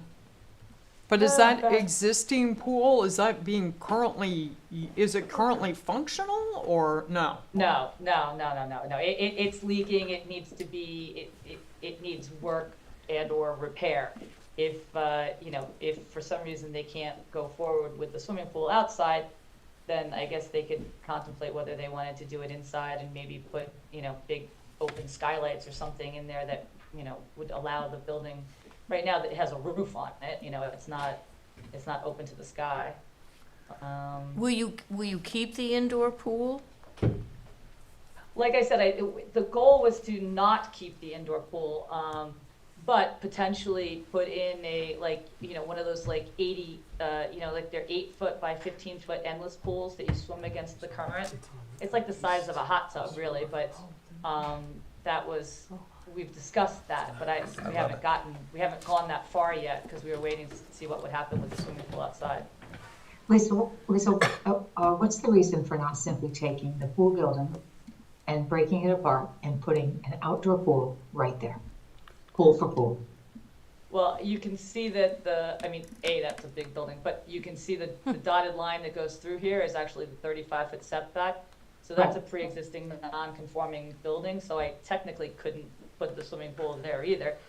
Well, because It's also, that building also, I think if I showed you on the aerial, the neighbor's tennis court is very, very close to that property line. So that building actually helps them in terms of blocking the noise and and stuff from the neighbor. So I don't know that they were looking to get rid of that building. I think that they were, Well, all right. So the other question I'd have for you is, was there any discussion? There's an awful lot of property with the driveway and then the trees where you're putting in that tennis court. That's 25% of the property in the back half of the property. Why not put both the tennis court and the pool back there and reroute your driveway, obviously? I mean, in the aerial, you can kind of see it, and I mean, I could take more photos of the property. There's a lot of mature trees all along in this general area. The reason we were trying to put it here is it happens to be the grass, you know, it happens to be a grassy area that where it would get sun. The goal was to get the pool in a place where it would get a lot of sun. So there's a lot of big, large trees, mature trees all over here. And again, the front facade of the house is actually the east side. That's where it faces. So you really, you couldn't per se come in and come to this side of the house, the swimming pool over here, because that's not where the entry is. The entry to the house is in the middle of the house on this side. Okay, thanks. I mean, you know, I thought it was a relatively unique situation in that I could double the accessory setback and get a 180-foot street setback, you know, to the pool. So it's actually 184 feet to the pool. Lisa, it looks like you have the pool equipment proposed to be between the swimming pool and the driveway. Seems sort of like a high-vis location. Can you talk about that? Well, we were thinking that we would be running, you know, whatever the pool fence would come across, and from the edge of the house there, that we would just hide it with shrubbery and plant it out, and nobody would ever see it. Nobody would really be walking over it in that direction. You know, you'll drive in, you won't see it, and then this is where the people will be on the patio here. So we thought it was kind of actually the most hidden spot.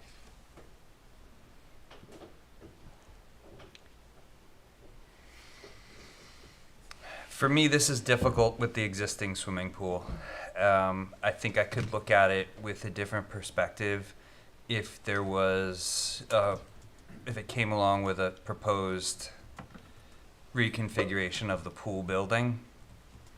But right now, I don't see the benefit to the applicant. I feel like they already have it, and the pool is actually pretty cool. I don't know. Does that resonate with you guys? Yep. Yeah.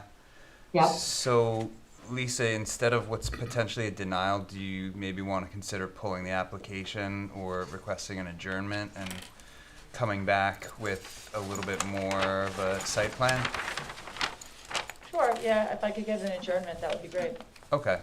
So, I'll move to adjourn to the, February 27th hearing. Second, all in favor? Aye. Aye. Aye. Okay. Thanks, Lisa. Thanks a lot, guys. Have a good night. Thank you. Thank you. 3189 99 Sanford. Hi, Rooney. Hey. How are you? Good. How are you? Good. Oh, you can give this to Brian. He's got this. The folder of my affidavits. Yeah. Yeah, right? Mm-hmm. Have to be impressed. Very I was gonna say something. I'm always gonna say next. I have these facing me now. Right? These should be out in the office. Rooney, before you get into it, there's some history on this property. Alex or Brian, who's maybe better sort of give us the history that led us to tonight? Oh, this application predates me, but as you know, there was a very similar application submitted to this board under your predecessors for these special exceptions. I believe that application was denied and is currently in legal proceedings. Okay. So it was I mean, there's It was denied. An Article 78 was filed. The zoning board's decision was upheld, and you are appealing that Correct. decision currently. Okay. Correct. And the only member that was on the board at that time was you, Joyce, right? Yes, yeah. Okay. And isn't this an interlocutory? Is this It's what? being appealed, It is under appeal, correct? so we're being asked to judge something that's in the court system. Well, it's different. This is a different application. There's It's a different some application. refinements to it. Okay. Yeah. Thanks, Bruni. Please continue. So this application involves a special exception request for the construction of 2 single-family dwellings on a lot that's in the zoned office district. You can see the 2 proposed houses there. And that's really what the change and why this is a changed application is that we have the houses proposed, we have the sizes of them, and it shows that they meet the R20 zoning district. It's a 20,000 square foot minimum lot requirement in the office district, so that would be the residential equivalent of that. As we move forward, I think it's important to distinguish this type of request from a variance request, which is what you normally hear. A special exception use is a use that is permitted by the code. It's been established by the village board that the use is presumptively compatible with the uses that surround the property at question. And since that use is permitted, the burden of proof is far less, bless you, is far less than that required as part of a variance application. But the village board did, when they created the zoning code, said we want to put some general safeguards on this to make sure that it is compatible with the area. They created a code that has 14 standards that you have to meet. As part of our application, we have put in a detailed argument on that. But basically, the general standards requires us to demonstrate that the use is in harmony and will not adversely impact the neighborhood. Instead of reading through that document, which I think would eternally bore you, but if you are so willing, we did do the detailed application. I just want to highlight 4 parts of that which I think are really applicable here. First of all, and as I said, the residential use has to be in harmony with the surrounding uses. And on this subdivision sketch plan that we have, I've highlighted in green those uses that are residential. I also believe that this use is residential. There was an application to the planning board to change it, but I think it's currently used as residential. I would also point the board, this is the existing building, it's an office building, and then this would be the second lot. The people really impacted by this are directly across the street, and those are 2 residential uses. I believe both have put in letters of support for the application. I believe they're here tonight on Zoom to lend their support. For the record, just to be clear, we did not have the aerial on the screen when you were pointing at the aerial, so I don't know if anyone knows what items you were pointing to. Perhaps we can get it back on the screen, and you can, again, identify what you were talking about. So this is Sanford. I mean, this is 99 Sanford. That's the existing office building. That would be where one of the residential structures would be, and this is the lot next door. Directly across the street are 2 residential structures, and they're the ones that are the most impacted by a grant of a special exception here. The other, the second of the prongs I think are important in this test is where the plot area is sufficient for the use, right? So the minimum lot area in the office district is 20,000 square feet. So I think that's the most equivalent to the R20, and we've put on we put on this plan conforming houses in the R20 district to show that we conform and that the plot area is sufficient. The third prong is the use will not negatively impact adjacent properties. A residential use is probably the most benign development use that creates a structure. You compare that to commercial, it's the most benign use. I would also answer that question another way and say, would you rather see 2 residential structures here, or an as-of-right permitted doctor's office, or a bank, funeral home, library, nursery school, all permitted uses in this zone, right? So, you know, to me, I think it's abundantly clear that the residential use is the best use of this property, considering the surrounding properties.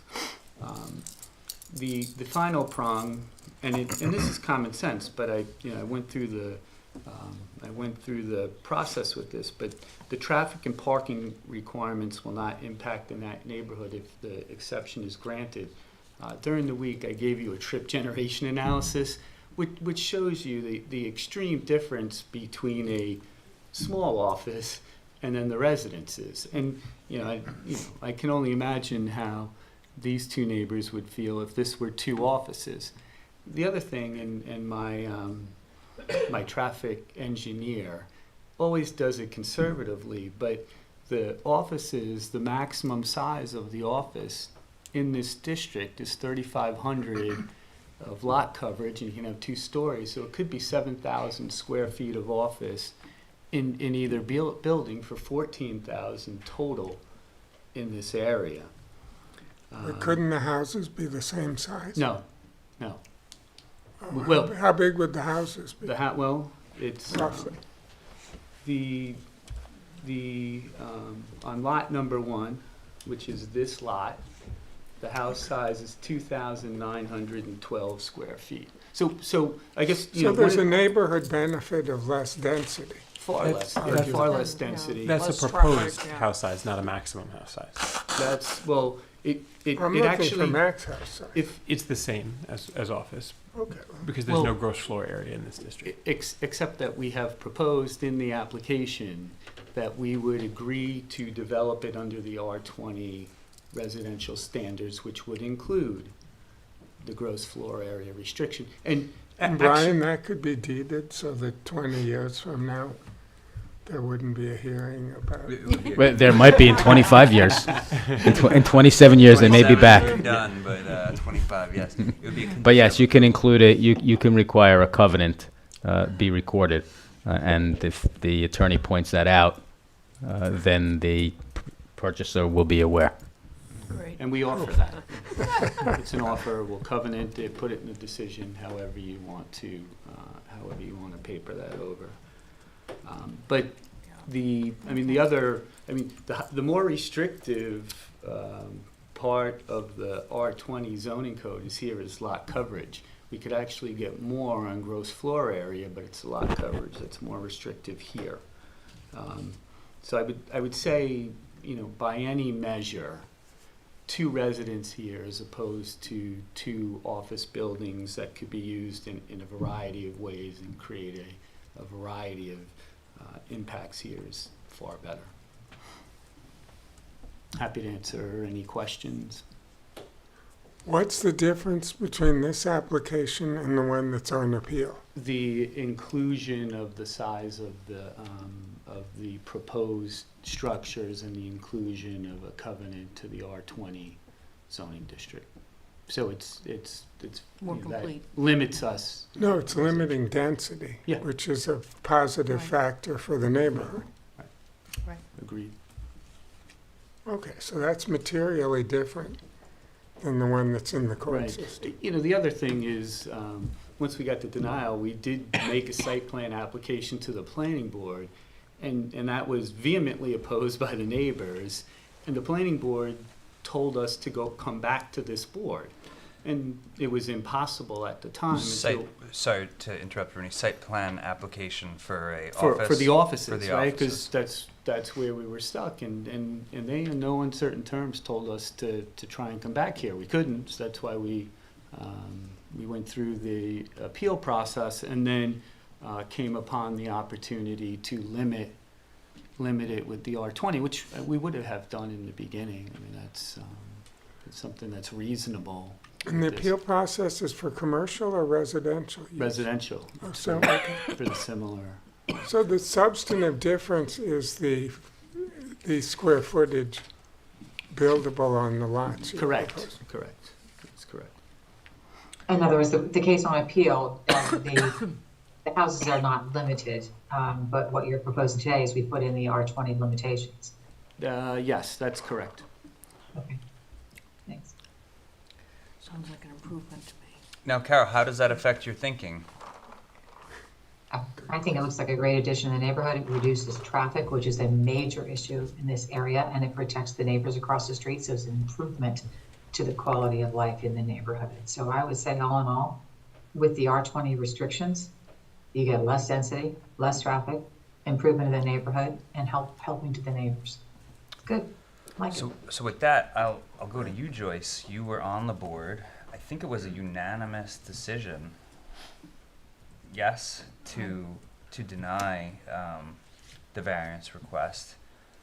Special What- exception. Sorry, special exception, thank you. Has anything changed for you? What? I don't know, I mean, But that didn't have the R20. yeah, it didn't, that's what I was gonna say, it didn't have the R20 zoning guidelines in there, so I am favorably inclined to it now, because as Carol outlined, I think it's great for the neighborhood in terms of reducing the density and the traffic and, you know, converting to residential use. Just clarification, it was a 3-1 vote. 3-1. Do you know which way Joyce voted? Yes. Do you want to- So do I. I'm permitted to change my mind. Of course you are. Of course you are. You need a lawyer, Joyce? Okay. This is interesting. If we look at this case in a vacuum, it's one thing, right? How does the board feel, though, about the fact, and I think we have to discuss this. How does the board feel about the fact that it was different initially, but it did go through the proper channels, and the board deliberated on it extensively. They voted on it. It was denied, and that decision was upheld in the court. But on different facts. So yeah, we'll elaborate on that, Carol. There was no agreement when converting the property to residential. What we're being told here is there was no agreement to restrict the buildability to the R20 restrictions. Mhm. They've added that restriction now. Mm-hmm. So that changes the facts. How substantively does the R20 restriction cut the square footage buildable? Well, if we look at the lots, the house on lot 1 is going to be, or could be 2,912 square feet, where you could have 7,000 square feet of office. I haven't done a full site plan to see if we can park the 7,000 So it's at square least the 50, roughly. And then the lot 2, the house is proposed at 3,885 square feet, and it could also have 7,000 square feet of office. So if it's commercial, its 7. requirement is lot coverage, right? So you can maximize your lot coverage, and then you can double it because you can have a two-story house. So that's where you get the 14,000 That's where you get square 14. feet Yeah.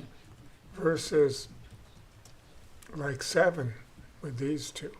I need my calculator. Well, they're proposing Roughly essentially seven. 3,000 and 4,000. Little Yeah, under that's 7. roughly 7 in round. Yeah. So from the point of view of the neighborhood, it's a 50% reduction in buildable density. In No, structure. I don't know about coverage, but square foot In density. structure. Yes. And a vast reduction in traffic and congestion. That's a good point too, thank you. I confirm the prior decision was made a part of this Yeah. application, so you do have that in your files. Okay. And green space as well. If you build that office building, you're gonna be taking down trees, et cetera, and there'll be a lot of cement. So here we're gonna have front yards and backyards and so on. So it's a different build. All right, so let me play devil's advocate a little bit to the board now. It is a substantial substantive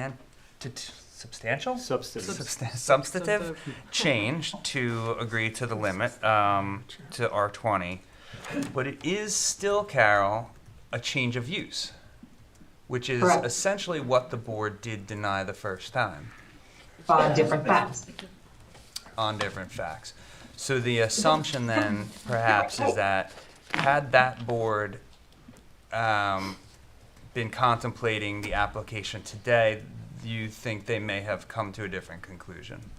I'm not gonna presume to what they would do or could do or might have done, but I do know this. If they were going before that board today, they would say to the board, I'm gonna give you more green space. I'm gonna give you a 50% reduction in the volume you're gonna have out there. I'm gonna reduce the traffic by 80% or some high percentage. I'm gonna reduce the light pollution, because you're not gonna have the, office buildings and all that. Wouldn't you think that would have a different result, perhaps at least in the deliberations, if not the ultimate decision? Okay. So my only concern here is if you took Carol's arguments to the extreme and there were no office spaces, it would be detrimental to our village.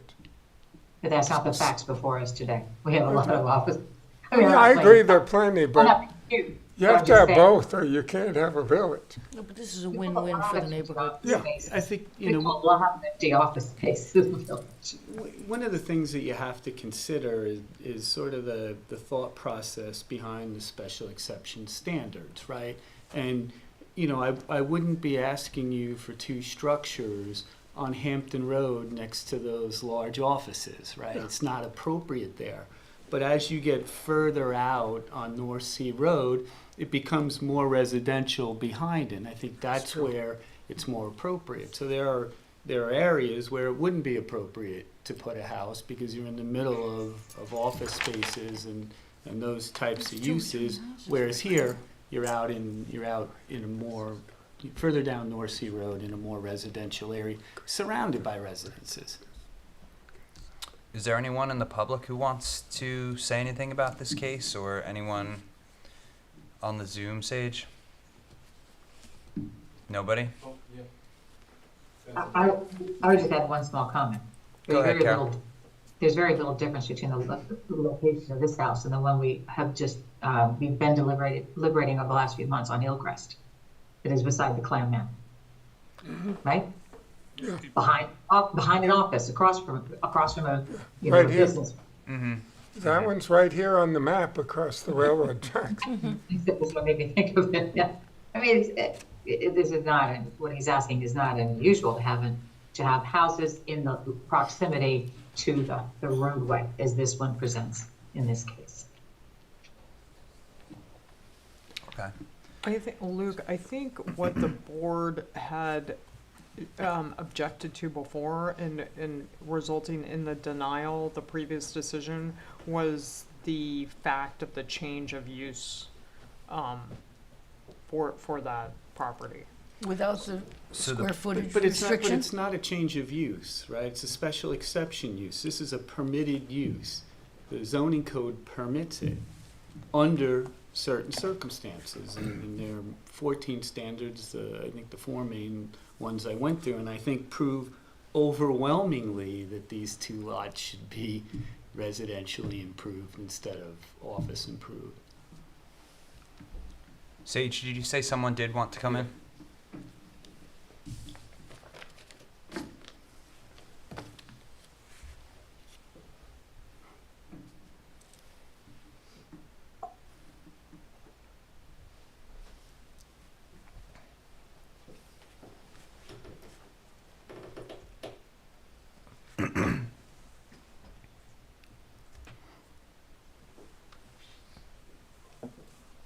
Hi, Michelle.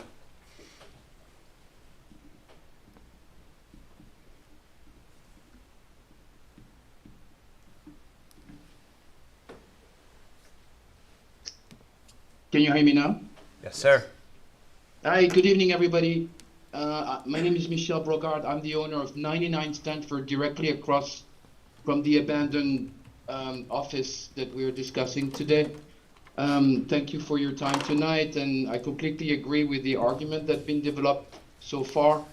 I would like one more, which is it's been essentially abandoned for 15 years, and obviously not collecting any property taxes for the village, and it's time to make a decision and move forward to properly developing that area that's been an eyesore for so long. I would also emphasize on the fact that with the fact that the Red Horse Market is going to replace Schmitz Market that's been abandoned for 2 years, the traffic, as mentioned by Carol, the traffic coming out of the parking lot through Sanford Place into North Sea Road is, and I take that egress, as you can imagine, several times a day. In the summertime, is crazy.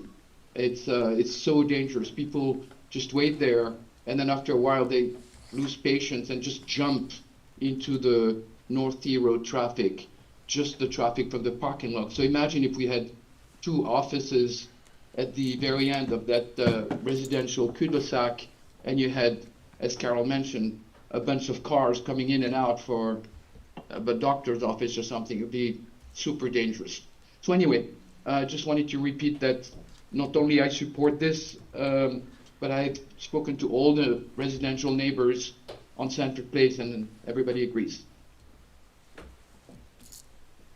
Okay, thank you. Thank you. Thank you. I feel as if we have a consensus on the board. Mm-hmm. Yeah? Yeah. Okay. Carol? Yeah, I think. Carol? I think she made the argument. Yeah. Are you leaning one way or another? Do you want time to think about this? Do you? I'm comfortable. I would approve it. I would lean toward yes. Okay. In that case, I will move to close the application for written decision. Do I have a second? Sure. Okay. All in favor? Aye. Aye. Brian, I think you have direction. I do. Okay. But the R20 thing is important, because that's the Understood. distinguisher. Yes. Yeah, I'll incorporate the condition that you just spoke about in the Yes. decision. Yeah, I think that's what makes it differentiable. To an extent that it doesn't get lost, and missed by an attorney if the property trades, right? Free trade. Yeah. We can make a covenant, put it in the decision as a condition. Okay. There's 2 ways for a lawyer to catch it then. Okay. Okay. Thanks, We Rick. like that. Or we only need one of those if it's John Bennett who's representing the buyer. That's right. I'm sorry, I was dazzled by your repertoire. Thank you. The next case is 3190-484 First Neck Lane. Sage, we may have Lisa Rickmers on Zoom to join the board for this case, if she's available.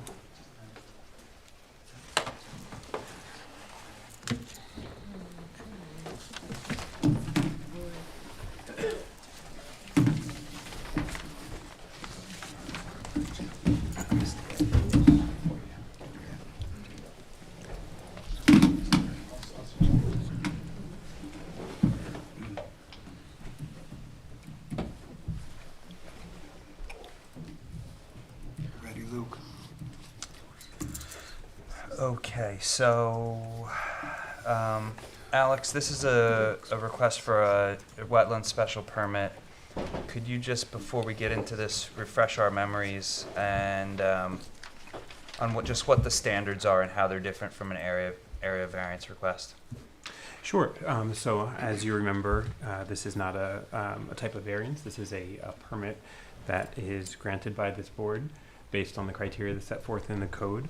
There are certain regulated areas that people have to come to this board to get approval for if they're doing a regulated activity. And this is considered a regulated activity in a regulated area. So they need approval from this board based on the standards that are set forth in the wetlands code, which basically means that it can't be detrimental to the wetlands, to the natural, should be as protective as possible to the natural environment, and that to the extent possible that it maximize setbacks to sensitive areas. This application happens to be for a dock, which of course can only be at the water's edge. So that's why it's located where it is. We did receive a report today from the board's wetlands consultant.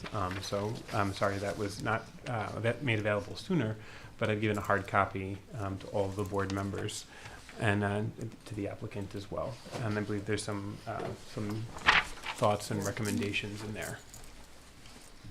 And I should mention that this type of application also needs approvals from other approving bodies as well. Who? The freeholders and commonality trustees Okay. of the town of Southampton, and I believe also the DEC. So typically, when we've heard these sort of applications before, they've already have town trustee approval. John, are you the attorney for this case? Yes, I am. Why not go to the town trustees first? We already have. We have it. Oh, approved. Yeah. Alex, yes? Was that approval submitted with the application? It looked like you said you were submitting concurrently when you filed. We Name. do not have the formal permit. Jim, could you from- introduce yourself, please, for the record? Jim Walker from InterScience. This is John Ciccarello. He's going to do the technical stuff. John Bennett for Maximilian and Sarah Cascante, 484 First Neck Lane. Luke, to properly address that process with a dock on Lake Agawam is to go to all the regulatory agencies. Board of Trustees have reviewed the project, approved all of it, including issuing a resolution of approval. Jim, let's just, conversationally, let's distinguish town trustees versus village trustees. Town trustees. Yeah, thank you. Just for clarity's sake. Now, They actually own the bottom of Lake Agawam. when you have a resolution of approval from the Board of Trustees for the town, you then have to have an engineered plan drawn up. It gets submitted and then a formal permit is released. We generally do not do that until we at least go through the process of meeting with the village. Now, for what it's worth, you're cutting the presentation short and getting to the facts of the matter quicker than I had probably planned. So in terms of permits and approvals, we're required to go to the New York State Department of State. I have a non-jurisdiction letter that was issued on this project. It's fully approved by the Department of State. Army Corps has also similarly issued a non-jurisdiction letter pursuant to Rivers and Harbors Act of 1899. New York State DEC has also issued a non-jurisdiction letter for this project. Now, I went to those at the same time that I originally submitted to the village and to the Board of Trustees. The Board of Trustees get you on the agenda fairly quickly. We go through a process where we have a work session, then we have a regular meeting where the resolution is approved, and all of those things have already happened. We've hired an engineer to draw up the plans, but it would be offensive to come to the village and say, this is how we're gonna do it. Come to the village with a proposal. The proposal is well thought through, knowing full well the wetlands restrictions of the village. John Bennett had me go to the property early on before the property closed. And I checked their wetlands buffer. The wetlands buffer is intact. It's actually a very, more than one of the more extensive buffers, I'm sorry to interrupt, on Agawam. Is that fair to say, Jim? Yes, and Yeah. it was designed by a wonderful landscape architect years ago for the prior property owner. I don't know how old the landscape architect is at this point, but I worked with him over many years ago, and the wetlands buffer is pleasing, it's pleasant, it's intact. Some of the plantings got older. That's about the end of that story. We submitted plans to the village at the same time I started with the trustees. There's a new survey I noticed in the H2M report that they are suggesting wetlands line update. There is a new wetlands line on the sea level mapping bathymetric map. And Luke, if I'm going too fast, John can bring it up on the screen at any point. We have a new wetlands line. It's part of the application. Yeah, let's take a look at it, because I'm just looking at the Google Maps photo, and it looks like this homeowner is mowing a lot of their buffer. That's a meadow that was designed by Peter Cummins. That meadow is intact, and it's exactly the correct size, and it has a nature path approved through it. And the little path is kind of fun, and it allows you to walk around the high grass, much as you would a nature trail in the Everglades or Key West or something. It's a very well thought out wetlands buffer. Again, the main difference between the planting plan that was approved years ago and the planting plan that exists on the site is the plants are much bigger and older. They are those plants that were originally approved. Okay. I presume they were approved as part of the historical approvals issued by this board, which were all submitted along with the deed early on in the process after Luke. I think, Alex, you told me we had to submit the old records. Yes. So we went back to the village, got the old records, we submitted them, but prior to that, we had field inspected the property, and that wetlands buffer is intact. I was very conscientious about that, having represented the purchaser of that. We sent Jim out. He compared the existing conditions to the approved buffers. It's kind of encouraging. The wetlands buffer is intact and is performing the way it was intended when it was drawn up by Peter Cummins years ago, and I would presume that was part of the Bonet ownership. And Bonet did a couple. He did some additions to the property, and that's probably where the buffer conditions came out. For what it's worth, the approach to the dock comes off the little nature trail and extends to the shoreline on a very efficient manner, so that the actual change in the footprint caused by a small dock is very limited. So a 4-foot wide path would go from the existing 4-foot wide path down to the water. And it would provide riparian access to the surface waters of Lake Montauk. Agawam. Agawam. Sorry. A little east. Lake Montauk used to be freshwater too. Before they cut the, yes they did. So, it also, just if I may interrupt, it's not the only dock that has been installed. And in 2008, the board granted approval to construct a dock of comparable size at 340 First Neck Lane. So it's not new territory we're asking for. I got approval for that dock for John and Jenny Paulson, and it extends exactly 10 feet into the water. The Board of Trustees for the town of Southampton have a restriction in freshwater bodies that we go 10 feet into the water.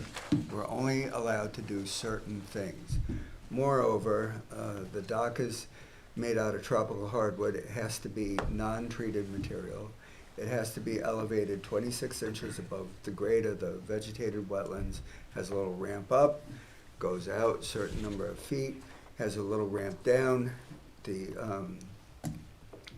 end of the dock has a landing. The landing is 26 inches over the surface waters of Lake Agawam. And then we propose a 4-foot by 6-foot drop platform, which is 6 inches lower, and that's to allow the property owner to put a canoe or a kayak into the lake. There are a tropical handrail, tropical hardwood handrail with vinyl wire 3 inches on center to prevent kids from falling off the dock into the water or onto the property. There's a little drop in topography as you come off the property and go down to Lake Montauk. This dock would look almost exactly like the 2 docks that I got approved for the Border Town trustees at the south end of Lake Agawam, next to the rain garden that John and I designed years ago. They're a little less handrail visible because property owner was very interested in how things would proceed and chose the stainless steel wire with the vinyl coating. The stainless steel with a vinyl coating is identical to the handrail system at the north end of the lake at the boardwalk that John and I designed for the village at the park. There's a nice little handrail. Some of the carpentry is really lousy. Short of that, the work there keeps the kids from falling in the lake. So that's the kind of design, and John has a picture up showing that approach on a different dock somewhere else. But that's the dock design for the handrail that the property owner chose. Again, it's for the safety of children and so you don't fall into the lake or off the dock. Has a little kayak sling. This kayak sling is open framed. The dock itself is constructed with through flow decking, which is 60% light transmissive to allow the wetlands grasses to grow underneath.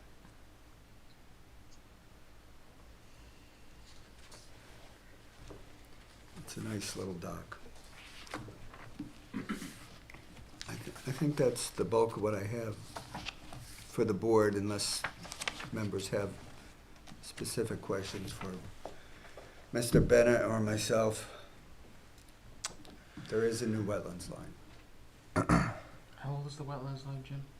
It is from, Because H2M is saying it's 10 years old now. it is from August 14th. And who flagged it? Bob Fox. 2024? Yeah, that's Robert H. Fox. Robert H. Fox is sea level mapping.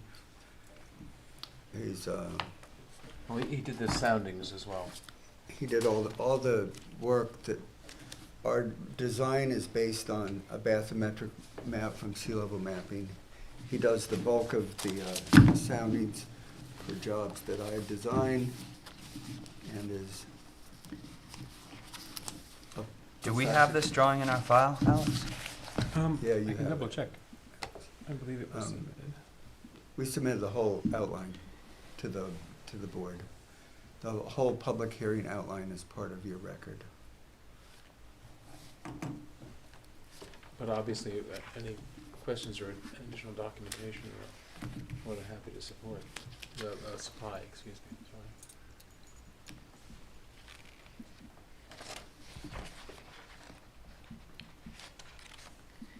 So this is the side from the dock that's at the park end. This would be the second dock in Lake Agawam? No, there's docks all up and down Lake Agawam. No, I'm just giving an example of one that the board had approved. This was submitted as part of the digital submission? I'm sorry, I'm not seeing it. Was it submitted as part of another document, maybe? The soundings in the the wetlands. outline? Yeah, the one that's shown on the Fox. screen? Yeah, Okay. I don't see it, guys. that's all right. We can submit it as a follow-up Okay. to the board. Again, the whole idea is we go to the Board of Trustees for the town. We go to the state, we go to the federal government, we get all their comments, and then we come back in front of the Zoning Board of Appeals. But we made all the work to date based on comments from those regulatory agencies. Alex, I did find it. It's part of a larger document. Oh, okay, thank you. Okay. It's kind of small and understated. It's a very small survey. It's only for the waterfront. As compared to the survey is this big, and the bathymetric map is an 8.5 by 11 document. Do we have Lisa Rickmers on hand to speak? Yes, I believe she's in the Zoom. And while we wait for her to join, I'll mention that because of its location, we were required to refer this to the County Planning Commission, and you have a letter in the file saying that it's a matter for local determination. So it did go to the county already, and Yes. they said it's up to us. Yes, yep, and there's 2 comments in there as well about stormwater and erosion settlement controls. Okay.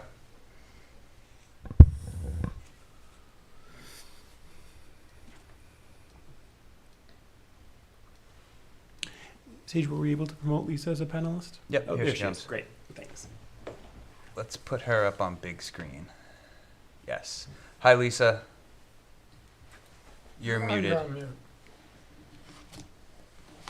How's that? Much better. Excellent. Welcome. Thank you. Yes, sorry, I kind of jumped in partway through that presentation, so I didn't hear everything from the beginning, but I'm happy to summarize or discuss the memo I prepared and the comments that I had.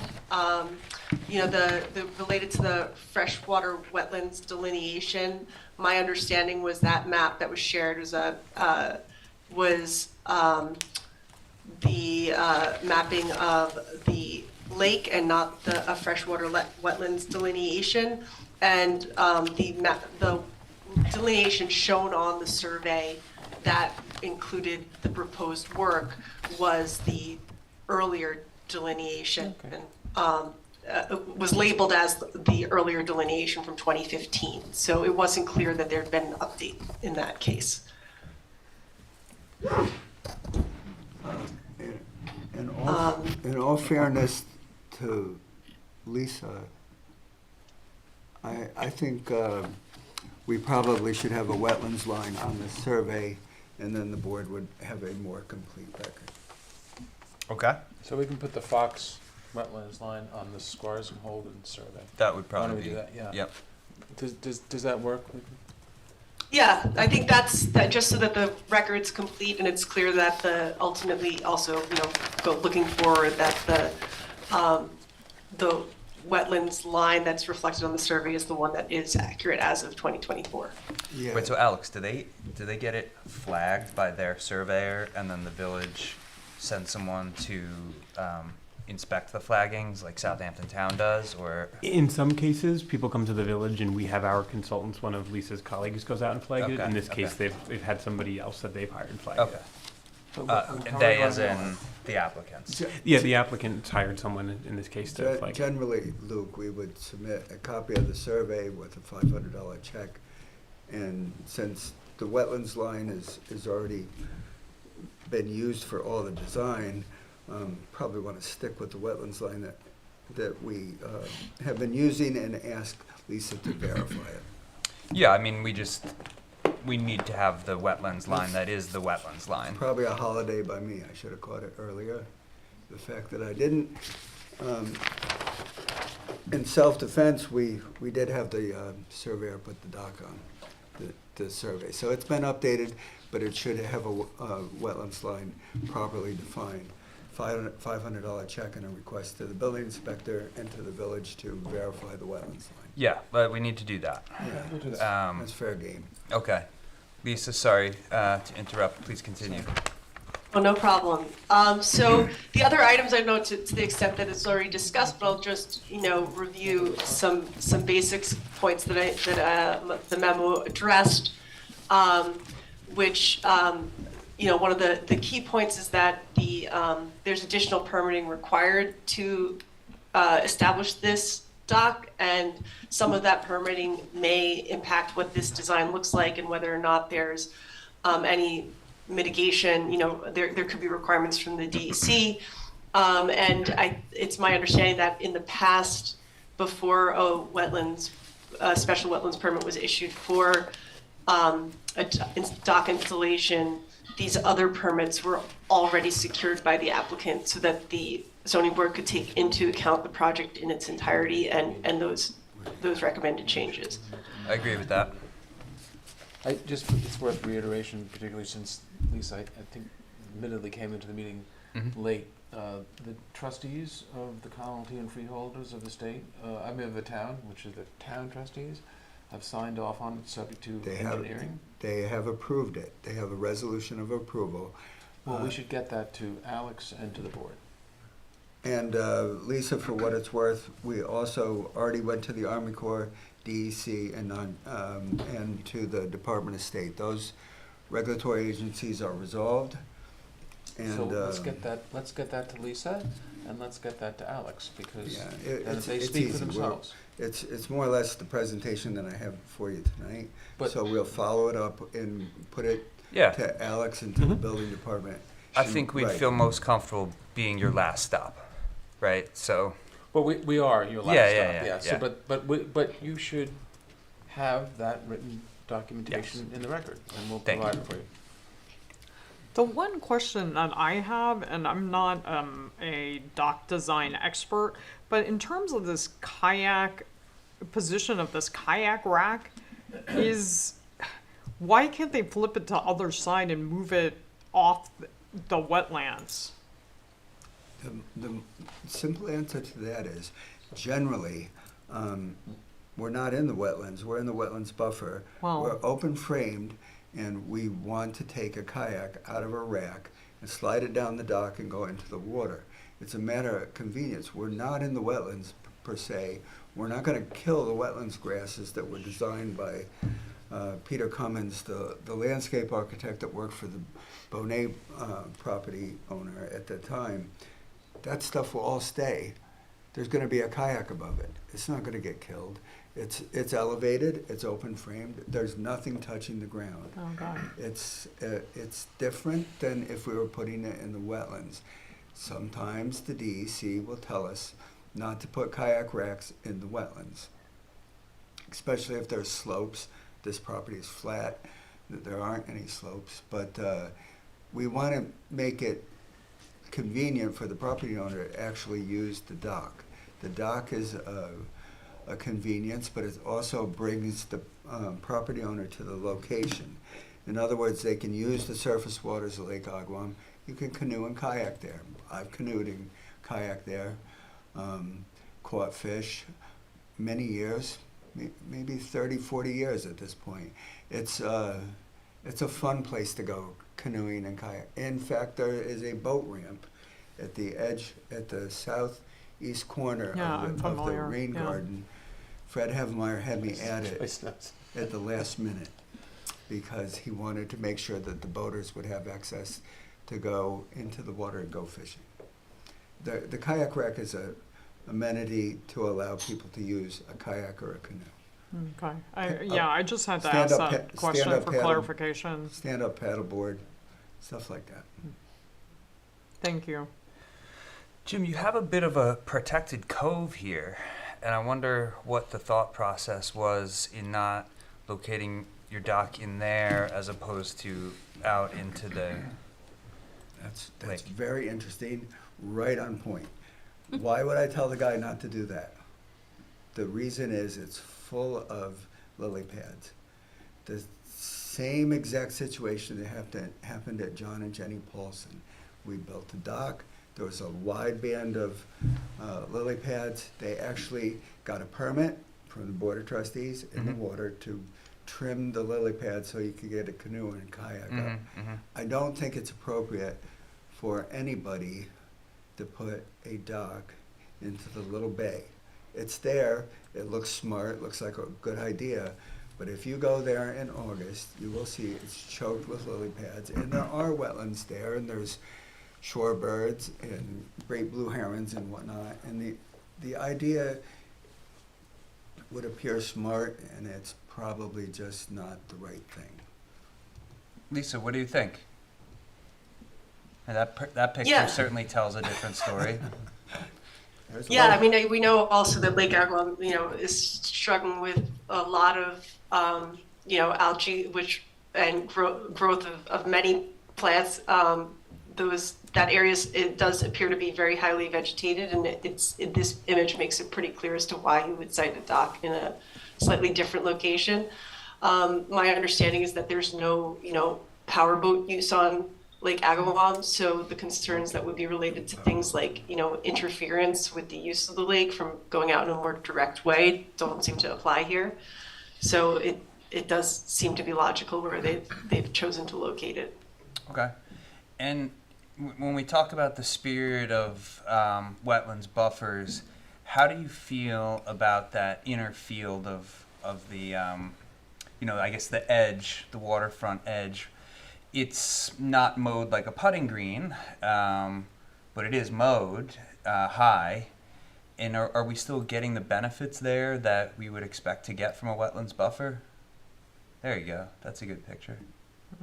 Yes, that's good vision of it. So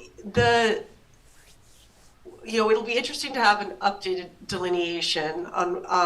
Ideally, there is an unmaintained area of wetlands with a variety of native species that are then appropriate depending on the environment that you're in, meaning the proximity to the water. So there's upland species versus, species that would be closer to the water. And the greatest benefit will be to have that area in its natural state, assuming it's not been overtaken by invasive species or something else. It's not any type of vegetation, it's appropriate vegetation. Then it will serve the greatest purpose of both, ecologically, just providing a habitat and environment, but also that amazing, sponge-like quality that wetlands have for water absorption and allowing the natural fluctuation in the amount of water in the lake. Thanks. So I can't quite tell from this photo, distance or area, but also this property is, for special wetlands permits in Southampton for something like this, the area of regulation where a special wetlands permit is 150-foot setback, and at that point you're at the house.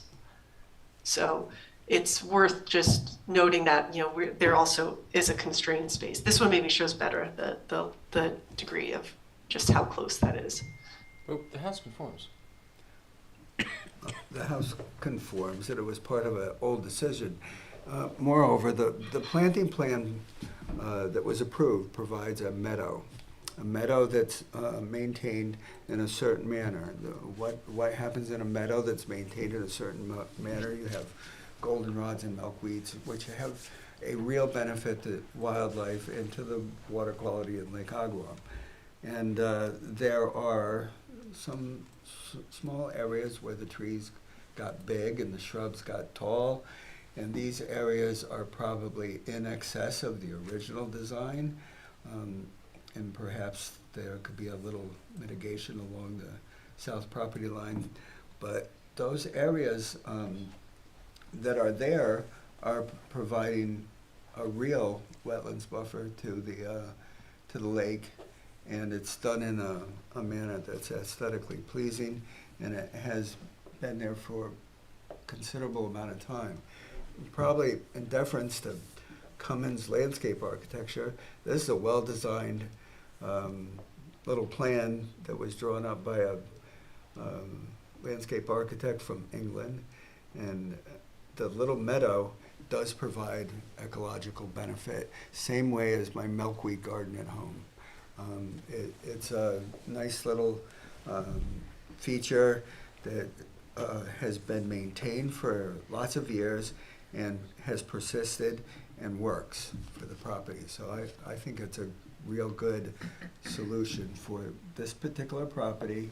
It's especially nice and unusually intact after a lot of years. I don't know when the Bonet decisions were issued. I probably submitted them to the board, but that So wet meadow is a we've nice. had nice sort of these example. semantics come up a little bit tonight, and Lisa points out that the ideal wetlands buffer is unmaintained, and you have mentioned that this has been maintained to high quality standards. Yeah. How do we square that, guys? If I may, a lot of wetlands buffers are maintained. There is a landscape management plan that's filed. For example, a lot of wetlands jurisdictions say you have two options. You can just let it go, Right. or you can file a landscape management plan, which essentially is a plan which shows the planting out of the buffer, the active planting of the buffer, which is which has been done in this instance. Is that correct, Jim? Yes. So if I could chime in with a couple of just comments, because you're referencing a landscaping and vegetation plan, but that's something I assume was part of a different earlier application. It's a Yes. historic plan that exists? Yes. Yeah. Okay, because I did not see that as part of this application. I don't. Okay, well, let's get that. We could submit it. Let's submit that. Yes. Let's get the plan. So, Yes, let's please hear what that was, and then, I might propose to my fellow board members as a condition of approval, we do have a flood zone line that crosses the property. We go from the AE12, AE13, and that almost seems like an appropriate extension of a wetlands buffer. Certainly, we don't have much buffer surrounding the cove.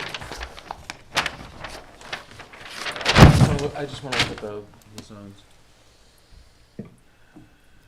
Well, of course, you know that flood zones have nothing to do with wetlands regulations. Flood zones are only based upon a model of what the rise will be during a flood event, and thus there are required elevation Of course. requirements for the house. I would be remiss not to point that out. Sure. Yeah, so just to round out some of the other comments just in the memo, so in addition to what sounds like you actually have this documentation, so it's not that you've already kind of got tentative approval from the trustees and of the freeholders and commonality of the town of Southampton, that you already have had permitting from the New York State DEC and the Army Corps. So, seeing that is important. Also, one of the things I noted that wasn't present here was a clear indication of what the area of disturbance was going to be and what the restoration plan, if there was a restoration plan within that area. I realize that docks are not super construction intensive like other kinds of construction, but presumably there will be some degree of disturbance on that waterfront exceeding the area of the dock. So that these two things kind of go hand in hand. Perhaps the restoration plan at this point is just to continue with the previously approved landscaping plan, but seeing what the plan is would be helpful to understand, the full context of the wetlands mitigation here. So why don't we do that? And Jim, just for everyone's comfort, typically on the wetlands applications, we provide a construction methodology to make sure that everything there's no marshaling of, construction materials in inappropriate areas and stuff like that. Could we Yes, do that? we'll certainly do that. And if anything is going to be disturbed during construction, a plan to make sure that's revegetated. And I think I will encourage the property owner to go ahead with the engineer at this point. So we'll actually, since the trustees are waiting for the engineered plans, we might as well do that and show the village. I can't finish with the trustees till I give them an engineering. Yeah, sure. So we'll get that done. More augmented package, more in line with what we've seen on some other applications. Decisions from the other regulatory boards that you've seen. Some of them are, I'm sorry, there's non-jurisdictional. To the extent that you can, Mhm. right? Absolutely. Non-jurisdiction letters, allow Lisa to check some of her boxes. Got it. The wetlands plan that was previously approved and has been the guide for the past X amount of years. Right? How do we feel about that? Make sense? Yeah? Sure. Yeah. It should be in the file. Okay. It should be part of the, Okay. I think it'll help you analyze it Joyce, as what do you well. think? Yeah, no, Yeah. I agree. I think we need to see more complete package with that information. Okay. Okay. If you're able to distinguish the additional cleared area for that new path and show that on the plans, I know that's something that the board has asked for in the past. Square feet. Yeah, thank you. That'd be good. Carol, is there anything that you want to add? Did we lose her? No, you're taking a lot of notes. No, it sounds good. Okay. Okay. Okay. So, you got the notes too. Okay, and you can call Alex or Brian. All right, so I will move to adjourn to the February 17th. 27th. 27th, of course, hearing. Thanks for your help. Thanks. Can I get a second? Sure. Okay, all in favor? Aye. Okay, thank you, gentlemen. Thank you. Lisa, thank you. Thank you. Sorry I was late notice, but I'm glad I was able to join. No, that's fine. take care. Thank you for making the time. I appreciate that. Thank you. You know, and actually, Lisa, so maybe next month we can front load this application and you can be here. Yes. Okay. Okay, thank you so much. Yeah, great. Thanks. Take Alex, care. is this it for Lisa tonight? Yeah, I believe applications 6 and 7 are just area variances. Okay. So I think that's the end of wetlands for tonight. Thanks, Lisa. All right, great. Take care. Have a good Bye. night. And if you like, we could put wetlands applications at the top of the agenda for the next meeting, if you prefer. Sure, yeah, yes. Please do. Thank you. Good night, all. Good night. Right. Thanks, John. Night, John. All right, that was First Neck Lane, so now we'll go to case 3192, 57 Old Town Road. Good evening, board. Hello. Hi. This is CEO Leo, architect for 57 Old Town Road. So, this is the subject property pictures. This is the existing. The house is actually quite a bit of it. Lucy, you can turn those towards you. So Oh, I can turn it yes, towards me now. That's right. Oh. Big improvement. Big improvement. So the current house is a one-story ranch, and it has a attached garage here, and then quite a bit of this existing dwelling is in the setback. And what we're proposing is to remove this house and build a two-story dwelling. And the house itself doesn't really require setback relief because we save a little sliver of the existing house that's in the existing house footprints in the in here. It's about like 15.7 feet, and it's a sliver because the house is so narrow. This lot is very, very narrow. On this side, on Old Town Road here, this is Bellows.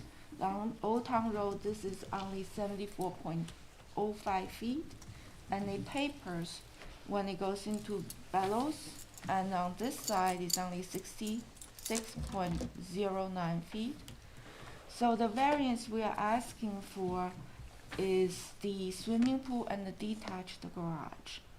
And the detached garage is the typical 520 square foot. And the code just recently changed, I believe it's last April or May. And the setback changed from 10 feet to 12 feet.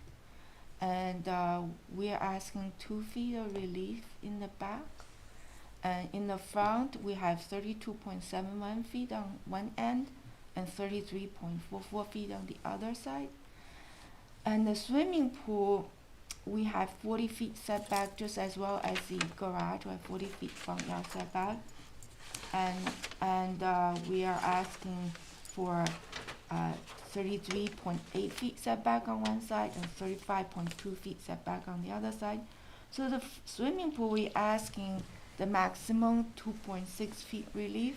And for the garage, we're asking 7.28 on the street side and 2 feet on the neighbor's side. And we are, I collected some survey from the neighborhood. So we have 48 Bellows, and there has a detached garage that's very close to the street. That's about 26.7 feet. And as you can see, if we do attached garage, we only need to be 30 feet setback. But if it's detached, we need to be 40 feet. And so a lot of attached garage in the neighborhood is actually quite close to the street, like 30 feet. And the closest I can find is on the corner of Old Town and Bellows. And they are 28 feet from the garage to the road. I mean, to the property line, not to the street. And so you can see that's the picture of the street, and this is the 28 feet to the property line. And to our house, to the north side, which is right here on this side, right here is the neighbor's garage, which is like 9.9 feet to the property line. So I felt like this is a small request for a detached garage, and it's in keeping with the neighborhood, and especially detached garage is only 16 feet high maximum. I have the plans, and if the board wants to see it. So it's a typical Hebrew detached garage. So the next thing I want to talk about is the swimming pool. Swimming pool setback. I know there is a property on the corner of Moses and Amount, and this is variance for the swimming pool is 34 feet versus 50 feet required, and it's very similar to our lot, and it's one side is 98 feet. When it tapers to this side, it's only 64 feet. And they have the garage setback of 26.4 feet, and then the pool house 27.8 feet. And well, they're supposed to have 50 feet, and it's much more of relief that they got.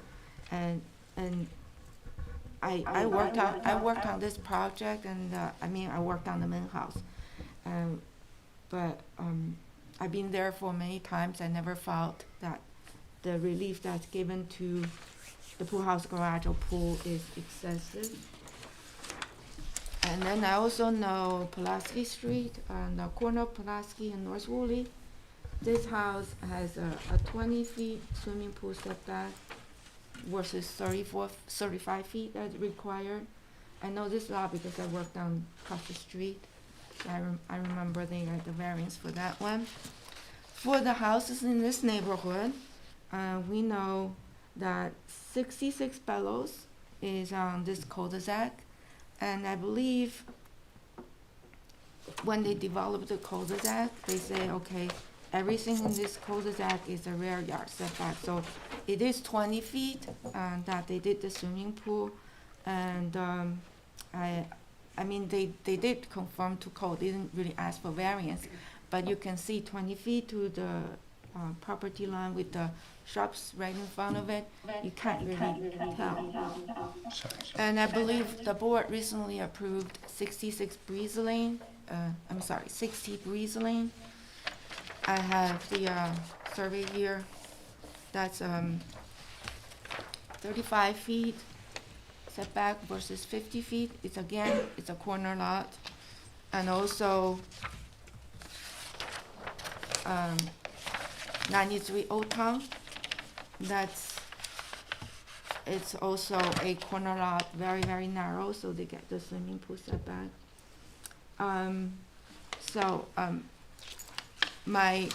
The homeowner apologized that she couldn't make it today because she has to work in the hospital tonight, or early tomorrow morning, I don't remember. It's a shift. And she did write a letter, and it's in the file, that she picked this lot not knowing that there's a 2 front yard setback because it's a walking distance to the hospital. She felt like she made a terrible mistake, and she would like to really hope that the board will grant the relief so that she could she could put in her detached garage and the pool that she would use to exercise, the long narrow swimming pool, 14 feet by 42 feet, and I think that's about what I can say right now, and I don't know if board has any questions for me.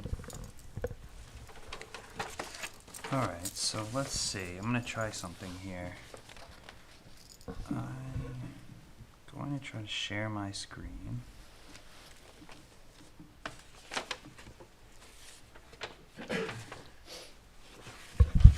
While you're doing that, can I just ask, the surveys and the properties that you referenced, were those documents previously submitted to the board? Which one? You mean All of them? the foil?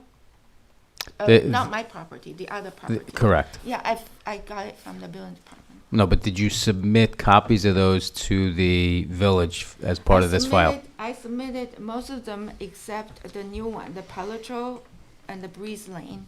Those are recently approved that I didn't realize there was such approval, and I just put it last week. The rest of them is in there. So we'll need copies of those last two then? Yes, I will upload. Give them to Alex? Yes, I will. All right, so let's do this, guys. I'm gonna lay over a piece of tracing paper,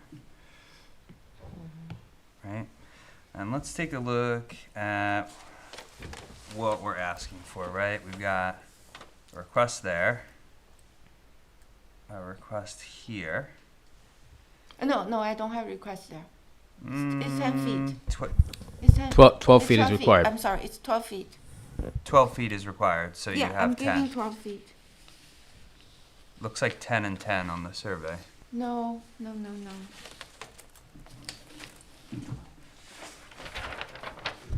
It's 12 feet.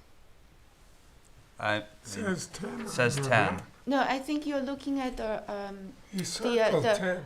there is a new submission supersede this one. Oh.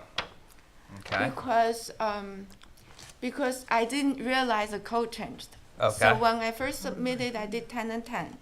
And then the building inspector called me to go over and replace the file, which I did. So we only doing the 10 in the rear, but we're doing 12 on the side. Okay, so because number 3 on your application still has 12 to 10 for the north side lot line. Only on the north side, not on Okay. the west side. Okay, so not that one. Not that one for sure. Okay. Because the reason I did the 2 is because either I asked for 2 over there or add those 2 to the front. Mm-hmm. So I felt like, we has always been 10 feet, and then the neighbor has a 10 feet right there.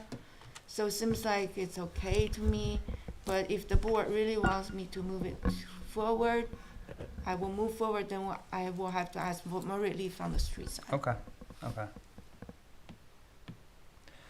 All right, so that... Just to note, the reference that the architect is making is to a submission she made on December 28th that shows a site plan that's dated August 2024, revision date 9/30/24. I don't know if should have been another date on that, or if that date corresponds with the original site plan.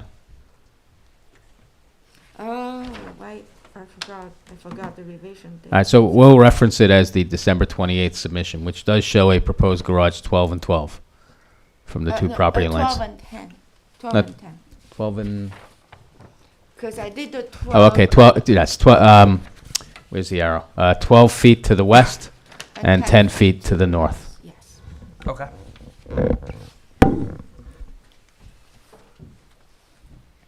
And we talk about the swimming pool. We've got this area non-conforming. Correct. But if I'm correct, we can go up to here. No. No? Swimming pool is 20 feet setback. There's your pool setback. It's not accessory setback. Okay. Okay, and then we have, for the main house, we have this little sliver here. Correct. I can push the house towards the neighbor a little bit more because we allow 10 feet setback. But I felt like I'd rather pull it a little bit away from the neighbor than push it closer to them. And also, my existing house is here, and that little sliver I'm asking is only 1 story. Mm-hmm. It's just like a bay window. It's only 1 story. Mm-hmm. So I felt like I'd rather to keep that instead of pushing the whole house towards the neighbor. I think it's so minimal. Why don't you replan to remove it from your request? Well, the house is so narrow. It's just that little bit helps us to put a couch there. That's all. It's so little. It's only 1.44 feet on one side. The other side is only 0.92 feet. I know, it's just, and it's little, but there's feasible alternatives. Okay. What do you guys think? I agree. No, agreed. It's like, we removed so much from the existing house that's like 395 square foot, that existing non-conforming, and we only asked for a little bit of bay window. Side's so tiny, it's like less than a foot to a foot and 4 inches, 5 inches. I hear you, the site is tiny, but that was never an unknown quantity, right? So we Yeah. have to design to the site that we have. So I would also say that you should make this 12 feet as well. Yeah, I can do that, but then I won't have to ask a little bit more relief for the front yard. But then it's one less line. that's What's one less fine. line of relief? That I can do that. Okay. I can talk to the homeowner, we'll do that. How do you feel about that choice? No, I agree. Yeah. Wholesale, is this something you think you could get behind? Yeah, I think so with the proposed changes. Linda, Tom, I'd, Carol? I'd like to see it, but it sounds good. Yeah. I want to see the new plan. Mm-hmm. Mm-hmm. What do you think, Linda? Yeah. Okay. She'd be going the right route to maybe make some of these changes. Mm-hmm. Definitely. Yeah. Carol, Yes. you agree? Yeah, Okay. absolutely. Yep. Okay.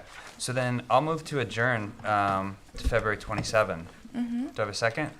Second. Okay. All in favor? So your Okay. suggestions to move the garage forward?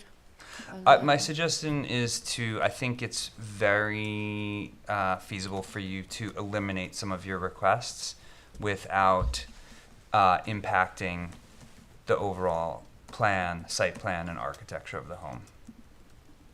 So let's get this up to 12, Okay. and let's see if we can do something here to eliminate the bay window. I kind of hate to push toward the neighbor though, because I do have a foot and 6 inches that I can shift that way. That will make it conforming. I know it is your right, though. I know. No, but I mean, joking aside, I'm not joking, there yeah. is a very clear path for you Okay. to avoid a request. I'll do that. I'll do that. Okay. I'll do that. Okay. And you know what? I'm sorry, I prematurely closed this, but is there anyone Yeah, I in think the neighbors are. in the neighbors? No. You're the homeowners? We are the neighbors. Oh, you're the neighbors. Do you want to say anything about it? Okay, please do. Do I have to formally reopen, Brian? I don't remember a vote. Okay, great. Thank you. Can you just take that, Henry? Well, I come here, maybe I'll show something. All right, so for the record, my name is Chris Burgrave. My wife Nadine Postmakers, we're the neighbors. We know the architect. She actually did work for us at the time. We haven't met the owners. We don't know who the owners are. We also don't know if this plan is really intended to be lived in. This is actually a house that is on Zillow actively, or that was up for sale. So we highlight, we welcome neighbors, that's not the problem. We actually don't mind the house next to us and even the pool and a garage, because we have one. As you can see here, maybe I'll show this, then you can see a visual. How do I do this? Can I? Sage, can we get the camera on the table, please? Then you can get an idea of what's there. Okay. Where did I move it? So, okay, there you can see. So what is being proposed? Currently, the house that is there is a lady we used to know for many years, friend. She moved out to a senior home. It was a small bungalow. Orient us, please. The house with the red The tab house is with the the red is subject the property? proposed new house. Okay. We are the owners of this part. Okay. So again, we don't mind if there's a sale, if new neighbors come in there, if they build a house, if there's a pool, if there's a garage. We understand that this may happen. Mm-hmm. No problem as such. What we respectfully ask the board is, if you approve the variance of the pool and the garage, we have as such no objection against that. It kind of makes sense. Right? What we're only asking is that if a house is built there, that is built with respect for the neighborhood and not close to us, but as I think the word that we were advised is centering, or that there's so much space, and if you're gonna give variances, let a house be built a bit more to the front. There's at least 10 feet to this side, so towards Old Town Road. So move things to the back, align with us, and ideally a bit more to Bellows Lane to allow for light. This design of this house, the way we understand it, is a copy of a house that the architect has made somewhere else, and currently is just plotted in there because it happens to fit, because it was not designed for this space. It was copied and pasted from another area. And it has, for example, big windows on the side which watch straight into our bathroom and bedroom, and this on this side of the house, for example. So we say, if people want to come and live here, the current owners of this house, they're welcome. Build and design a house that fits the area, has respect for the neighborhood.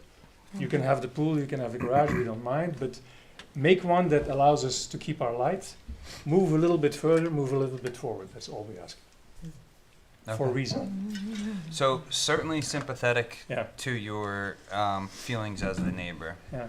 One of our most important mandates is to limit the number of I variances understand. that we grant. And so we look very closely at, are there feasible alternatives? And the fact that Sue does have room on your property line to move the house closer, you know, corner lots are tough. And We know corner lots they're are very, tough, but they're you very see restricted. you see what's happening. There's so much space on the other Mhm. side. I understand. Maybe there are considerations on that facade that could be made with respect to the window Yeah, orientation. you You guys mean smaller windows that we could propose that, but the setback is 30 feet, there's really not much I can do. And I was trying, even for that little sliver, you can see that I don't even get that.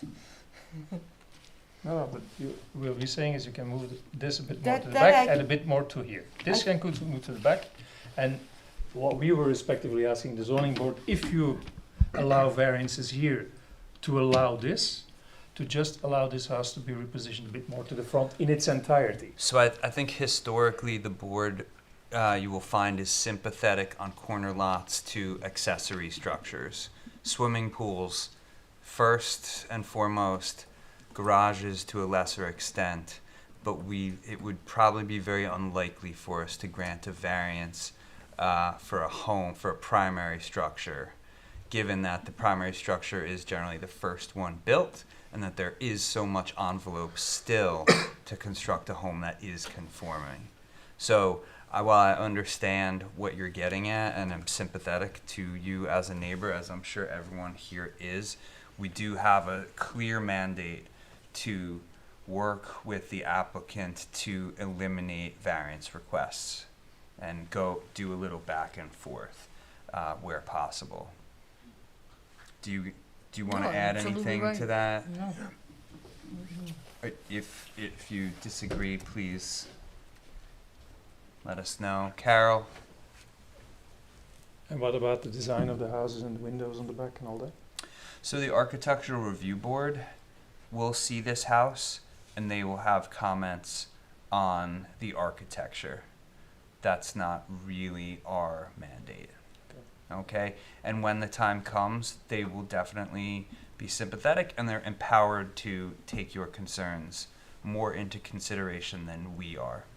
Again, we don't mind having a house there. Yeah. What we want to preserve is light and privacy. Right.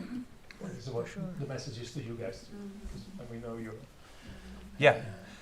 I mean, I think your message is heard loud and clear. I think there's a month to work on the design, and perhaps you can engage in conversation with each other and find something, find a good compromise. Okay. Assuming this house will be built, because we don't know.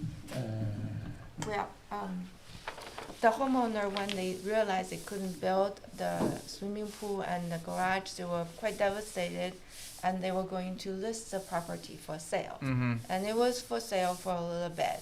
And then they found me and said, why don't we go for variance? Yep. So she did write a letter herself. So from how I work with her, I felt that she's going to live there. But I cannot promise that, because when there are a lot of people offer a lot of money for houses, who knows who's going to sell. Well, it sounds like she works at the hospital, She so does it makes a work lot in of the sense for her to hospital. stay That there. I know, but it very clearly the broker approached us too, and he says, we want that plan to have a higher resale value. Mm-hmm. That was the intent. That's Mhm. why we're saying, what is being asked here? Mm. Is a plan for higher resale or a plan to come and live? Again, we don't mind to have good neighbors in Right. a good house. That's as such not at stake. We just want to ensure it's ideally the best possible one I for know. both. We have to avoid getting into the hypotheticals. Sure. I'm sure you understand. Yeah. I appreciate your comments. Yeah. I'm sympathetic, as I'm sure everyone here is. So let's see the next draft of this Okay. project. Yeah, I'll move Okay? the house. I'll move the house, and then we'll reduce that little sliver, and we'll move the garage 2 feet forward to reduce the amount of variance requested. Okay, and then, any conversations that your client can have with their neighbor I will are talk to always them. fruitful. Yeah? With pleasure, Lucy. Okay, so, Thank you for listening. thank you. Thank you. Thank you. Okay, so vote to Was that adjourn. it for public comment? Oh, Yeah. sorry, I've been jumping the gun on that all night. Sage, anyone in the Zoom? Anyone else here? No? Okay. Move to adjourn. Second, all in favor? Yes. Aye. Aye. Okay.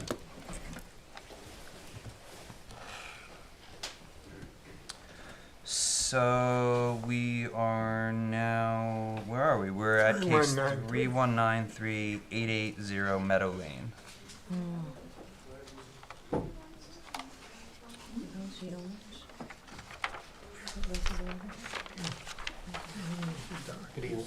Hey, Gary, is that you? Yes. Hey, man, how are you? Good. How are you? Seen you in years.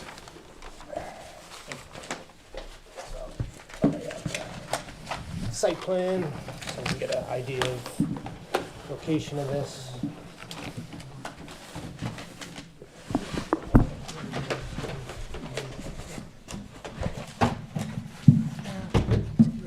So while we get set up here, I just want to remind the board, there's a special section of the code that addresses waterfront lots that applies here, so I made copies of that, It's being played all the time. which spells out some special considerations for granting variances in scenarios such as these.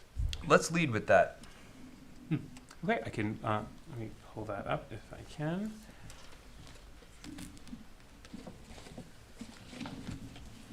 That's where I was gonna lead with. Oh, I can, happy to turn it over to the applicant. But that's section 11628G, which gives the board some special criteria under specific types of variances. And so that is with respect to waterfront lots.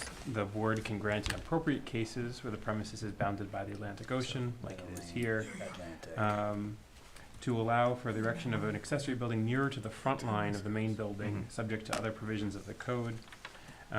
In this case, it says such accessory building should be set back from the street line at least 100 feet and conform to the other requirements, that it shall not exceed 1 story in height above ground level and not exceed 16 feet in height above average grade, that it shall not exceed 1,200 square feet or 75% of the area of the main building, whichever is less, that it should not be used for residential purposes, and where necessary for the protection of the district and the character of the other properties, the Board of Appeals can impose appropriate restrictions, conditions, and safeguards, including to, but not limited to, architecture and design with reference to surrounding properties, screening where deemed necessary by planting and shrubbery and trees and other barriers from adjoining properties, and protection against the use or manner of obnoxious or detrimental to others or consistent with the spirit and purpose of this chapter. So some just other considerations there specific to waterfront properties. Okay. Essentially reaffirming the street side as a backyard. Okay. Take it away. Gary Sanders, a WI Slide Architect, with the architects for the applicant.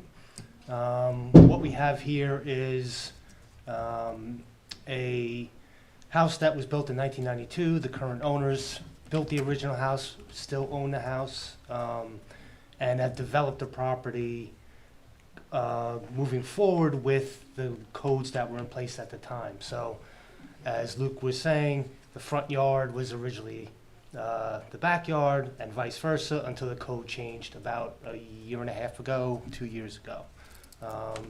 So the main house is right up to the line on the dune, and we have an existing tennis pavilion that is used for recreation. So the gym, it's used for lounging, relaxing, and the client would like to add a bathroom and a changing room to the existing pavilion. So under that code 11628G, there's certain things that say they would like it 100 feet back from the street.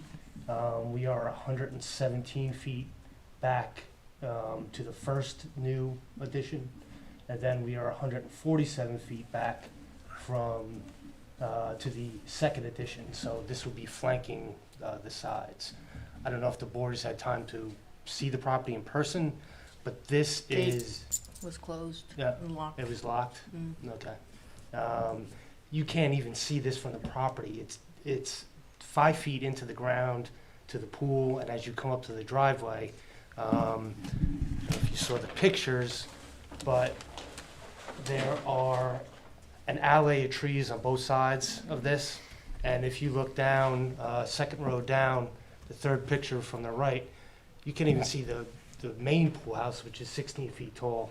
The new addition, I believe, is 12 from where it is, and only 7 feet above that existing retaining wall. The property is very hedged, very landscaped from the road, and it's just something that the client would like to add a little bit of more use to that building. Is this one of those tennis courts that's below grade? It is sunk in, so it's actually It's probably twice. 6 feet to 5 feet down. It's 5 feet down, but it's 5 feet down from the tennis pavilion. The tennis pavilion is 5 feet down from grade on the back side.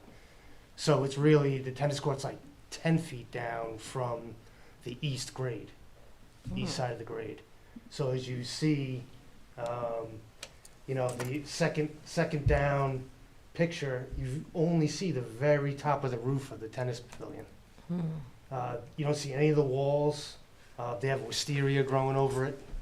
And that's on purpose. They really don't want to see it either. So the only opportunity you get to see the tennis pavilion is from the west side.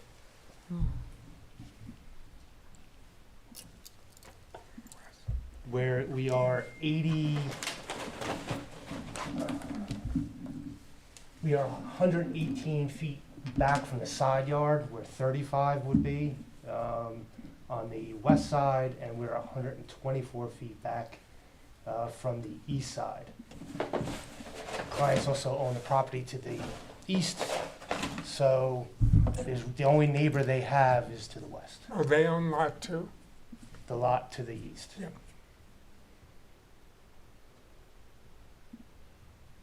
There's no neighbors across the street, it's direct view to the bay. It's across the street from One Point. Mm-hmm. Yes. So up until a year and a half ago, we wouldn't need a variance, and now that they want to add something, we're way under on lot coverage. GFA, we could add another 3,000 square feet to the house. You need a variance because this is now front yard. It's now considered front yard. Mm-hmm.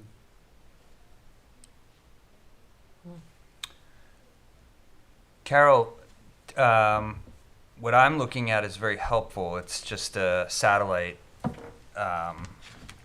image. You can get a sense of the vegetation. I mean, it's very well. Wow.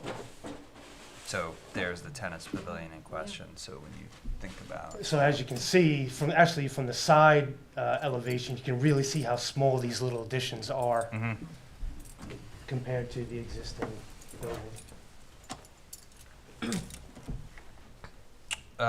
Does anyone have questions? Beautiful landscape. Yeah, it's nice, right? It's beautiful. Carol, what are your thoughts?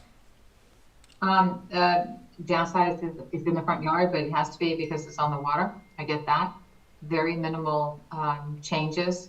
Not going to hurt the neighborhood. I don't think it's going to be deleterious to the neighbors because they can't see it, and it's pretty darn close to being compliant. So I'm not as concerned about it. Tom? I agree. Linda, you're with Tom and And it's a Carol tiny area. and Joyce. It's 150 square feet. Okay. So I'll move to do a short form approval. The owners would be very happy. They want to be in by All Memorial right, Day. get those bids going. Yeah. So all in favor? Aye. Okay. Okay. Thanks, Gary. Thank you. Thank you. Appreciate it. That was quick. Good to see you, bud. Yeah, you too. Oh, where Good you to see you up at Thanks, man. the podium. Oh, it was one of those days.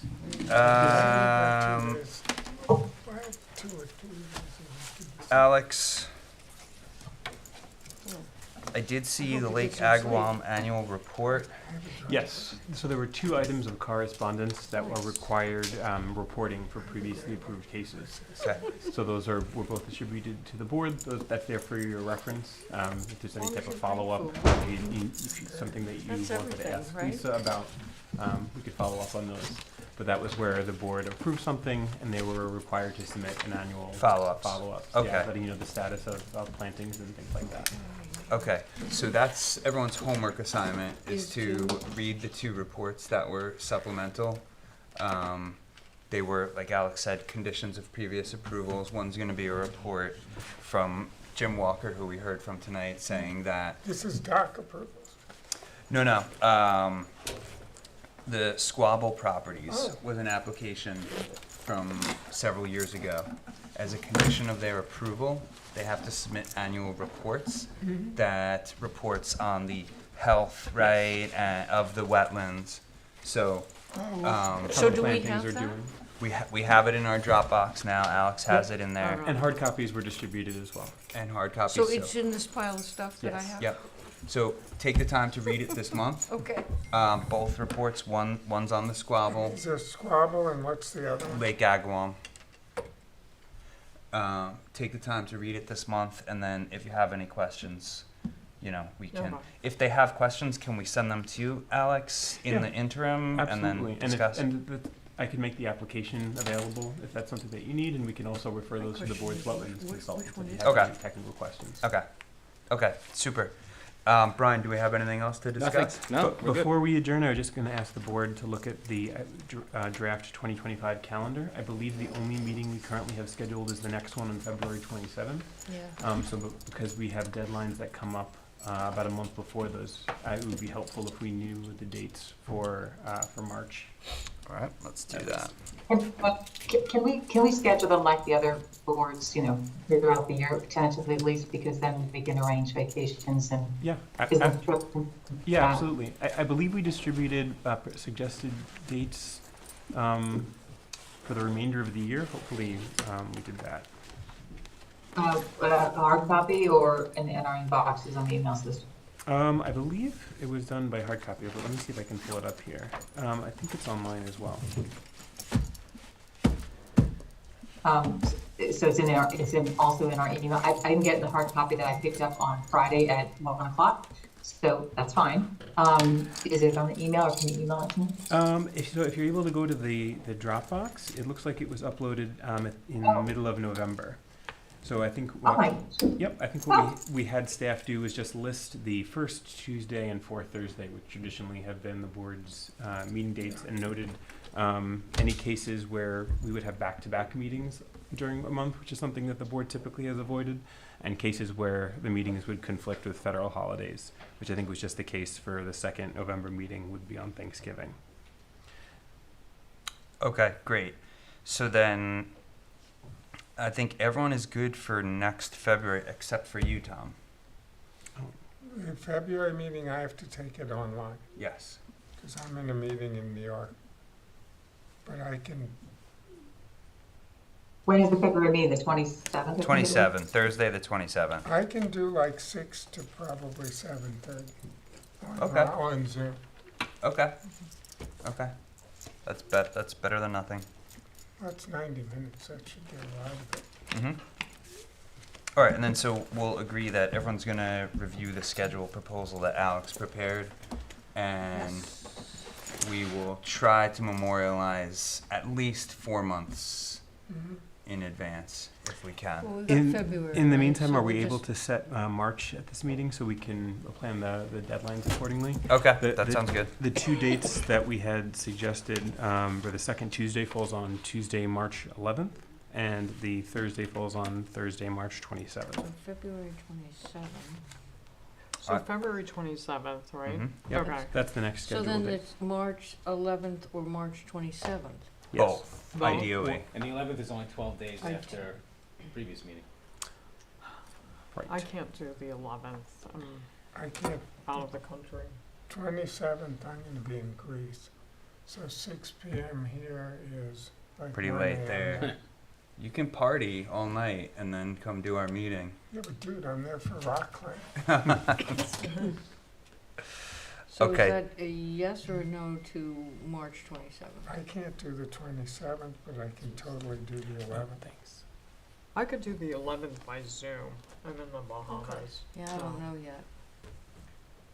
Do we I have can to do have it. this conversation on, like, YouTube? Or can we close the meeting? I think I we think you have could- to, because we're not allowed to talk to each other unless. I'll defer to council. Brian, are This we is allowed to? scheduling. It's scheduling I'm not worried about. You can do any way you want. Okay. Okay, so Okay. let's let them As go long as we home. publish it. we're fine. Okay, Okay.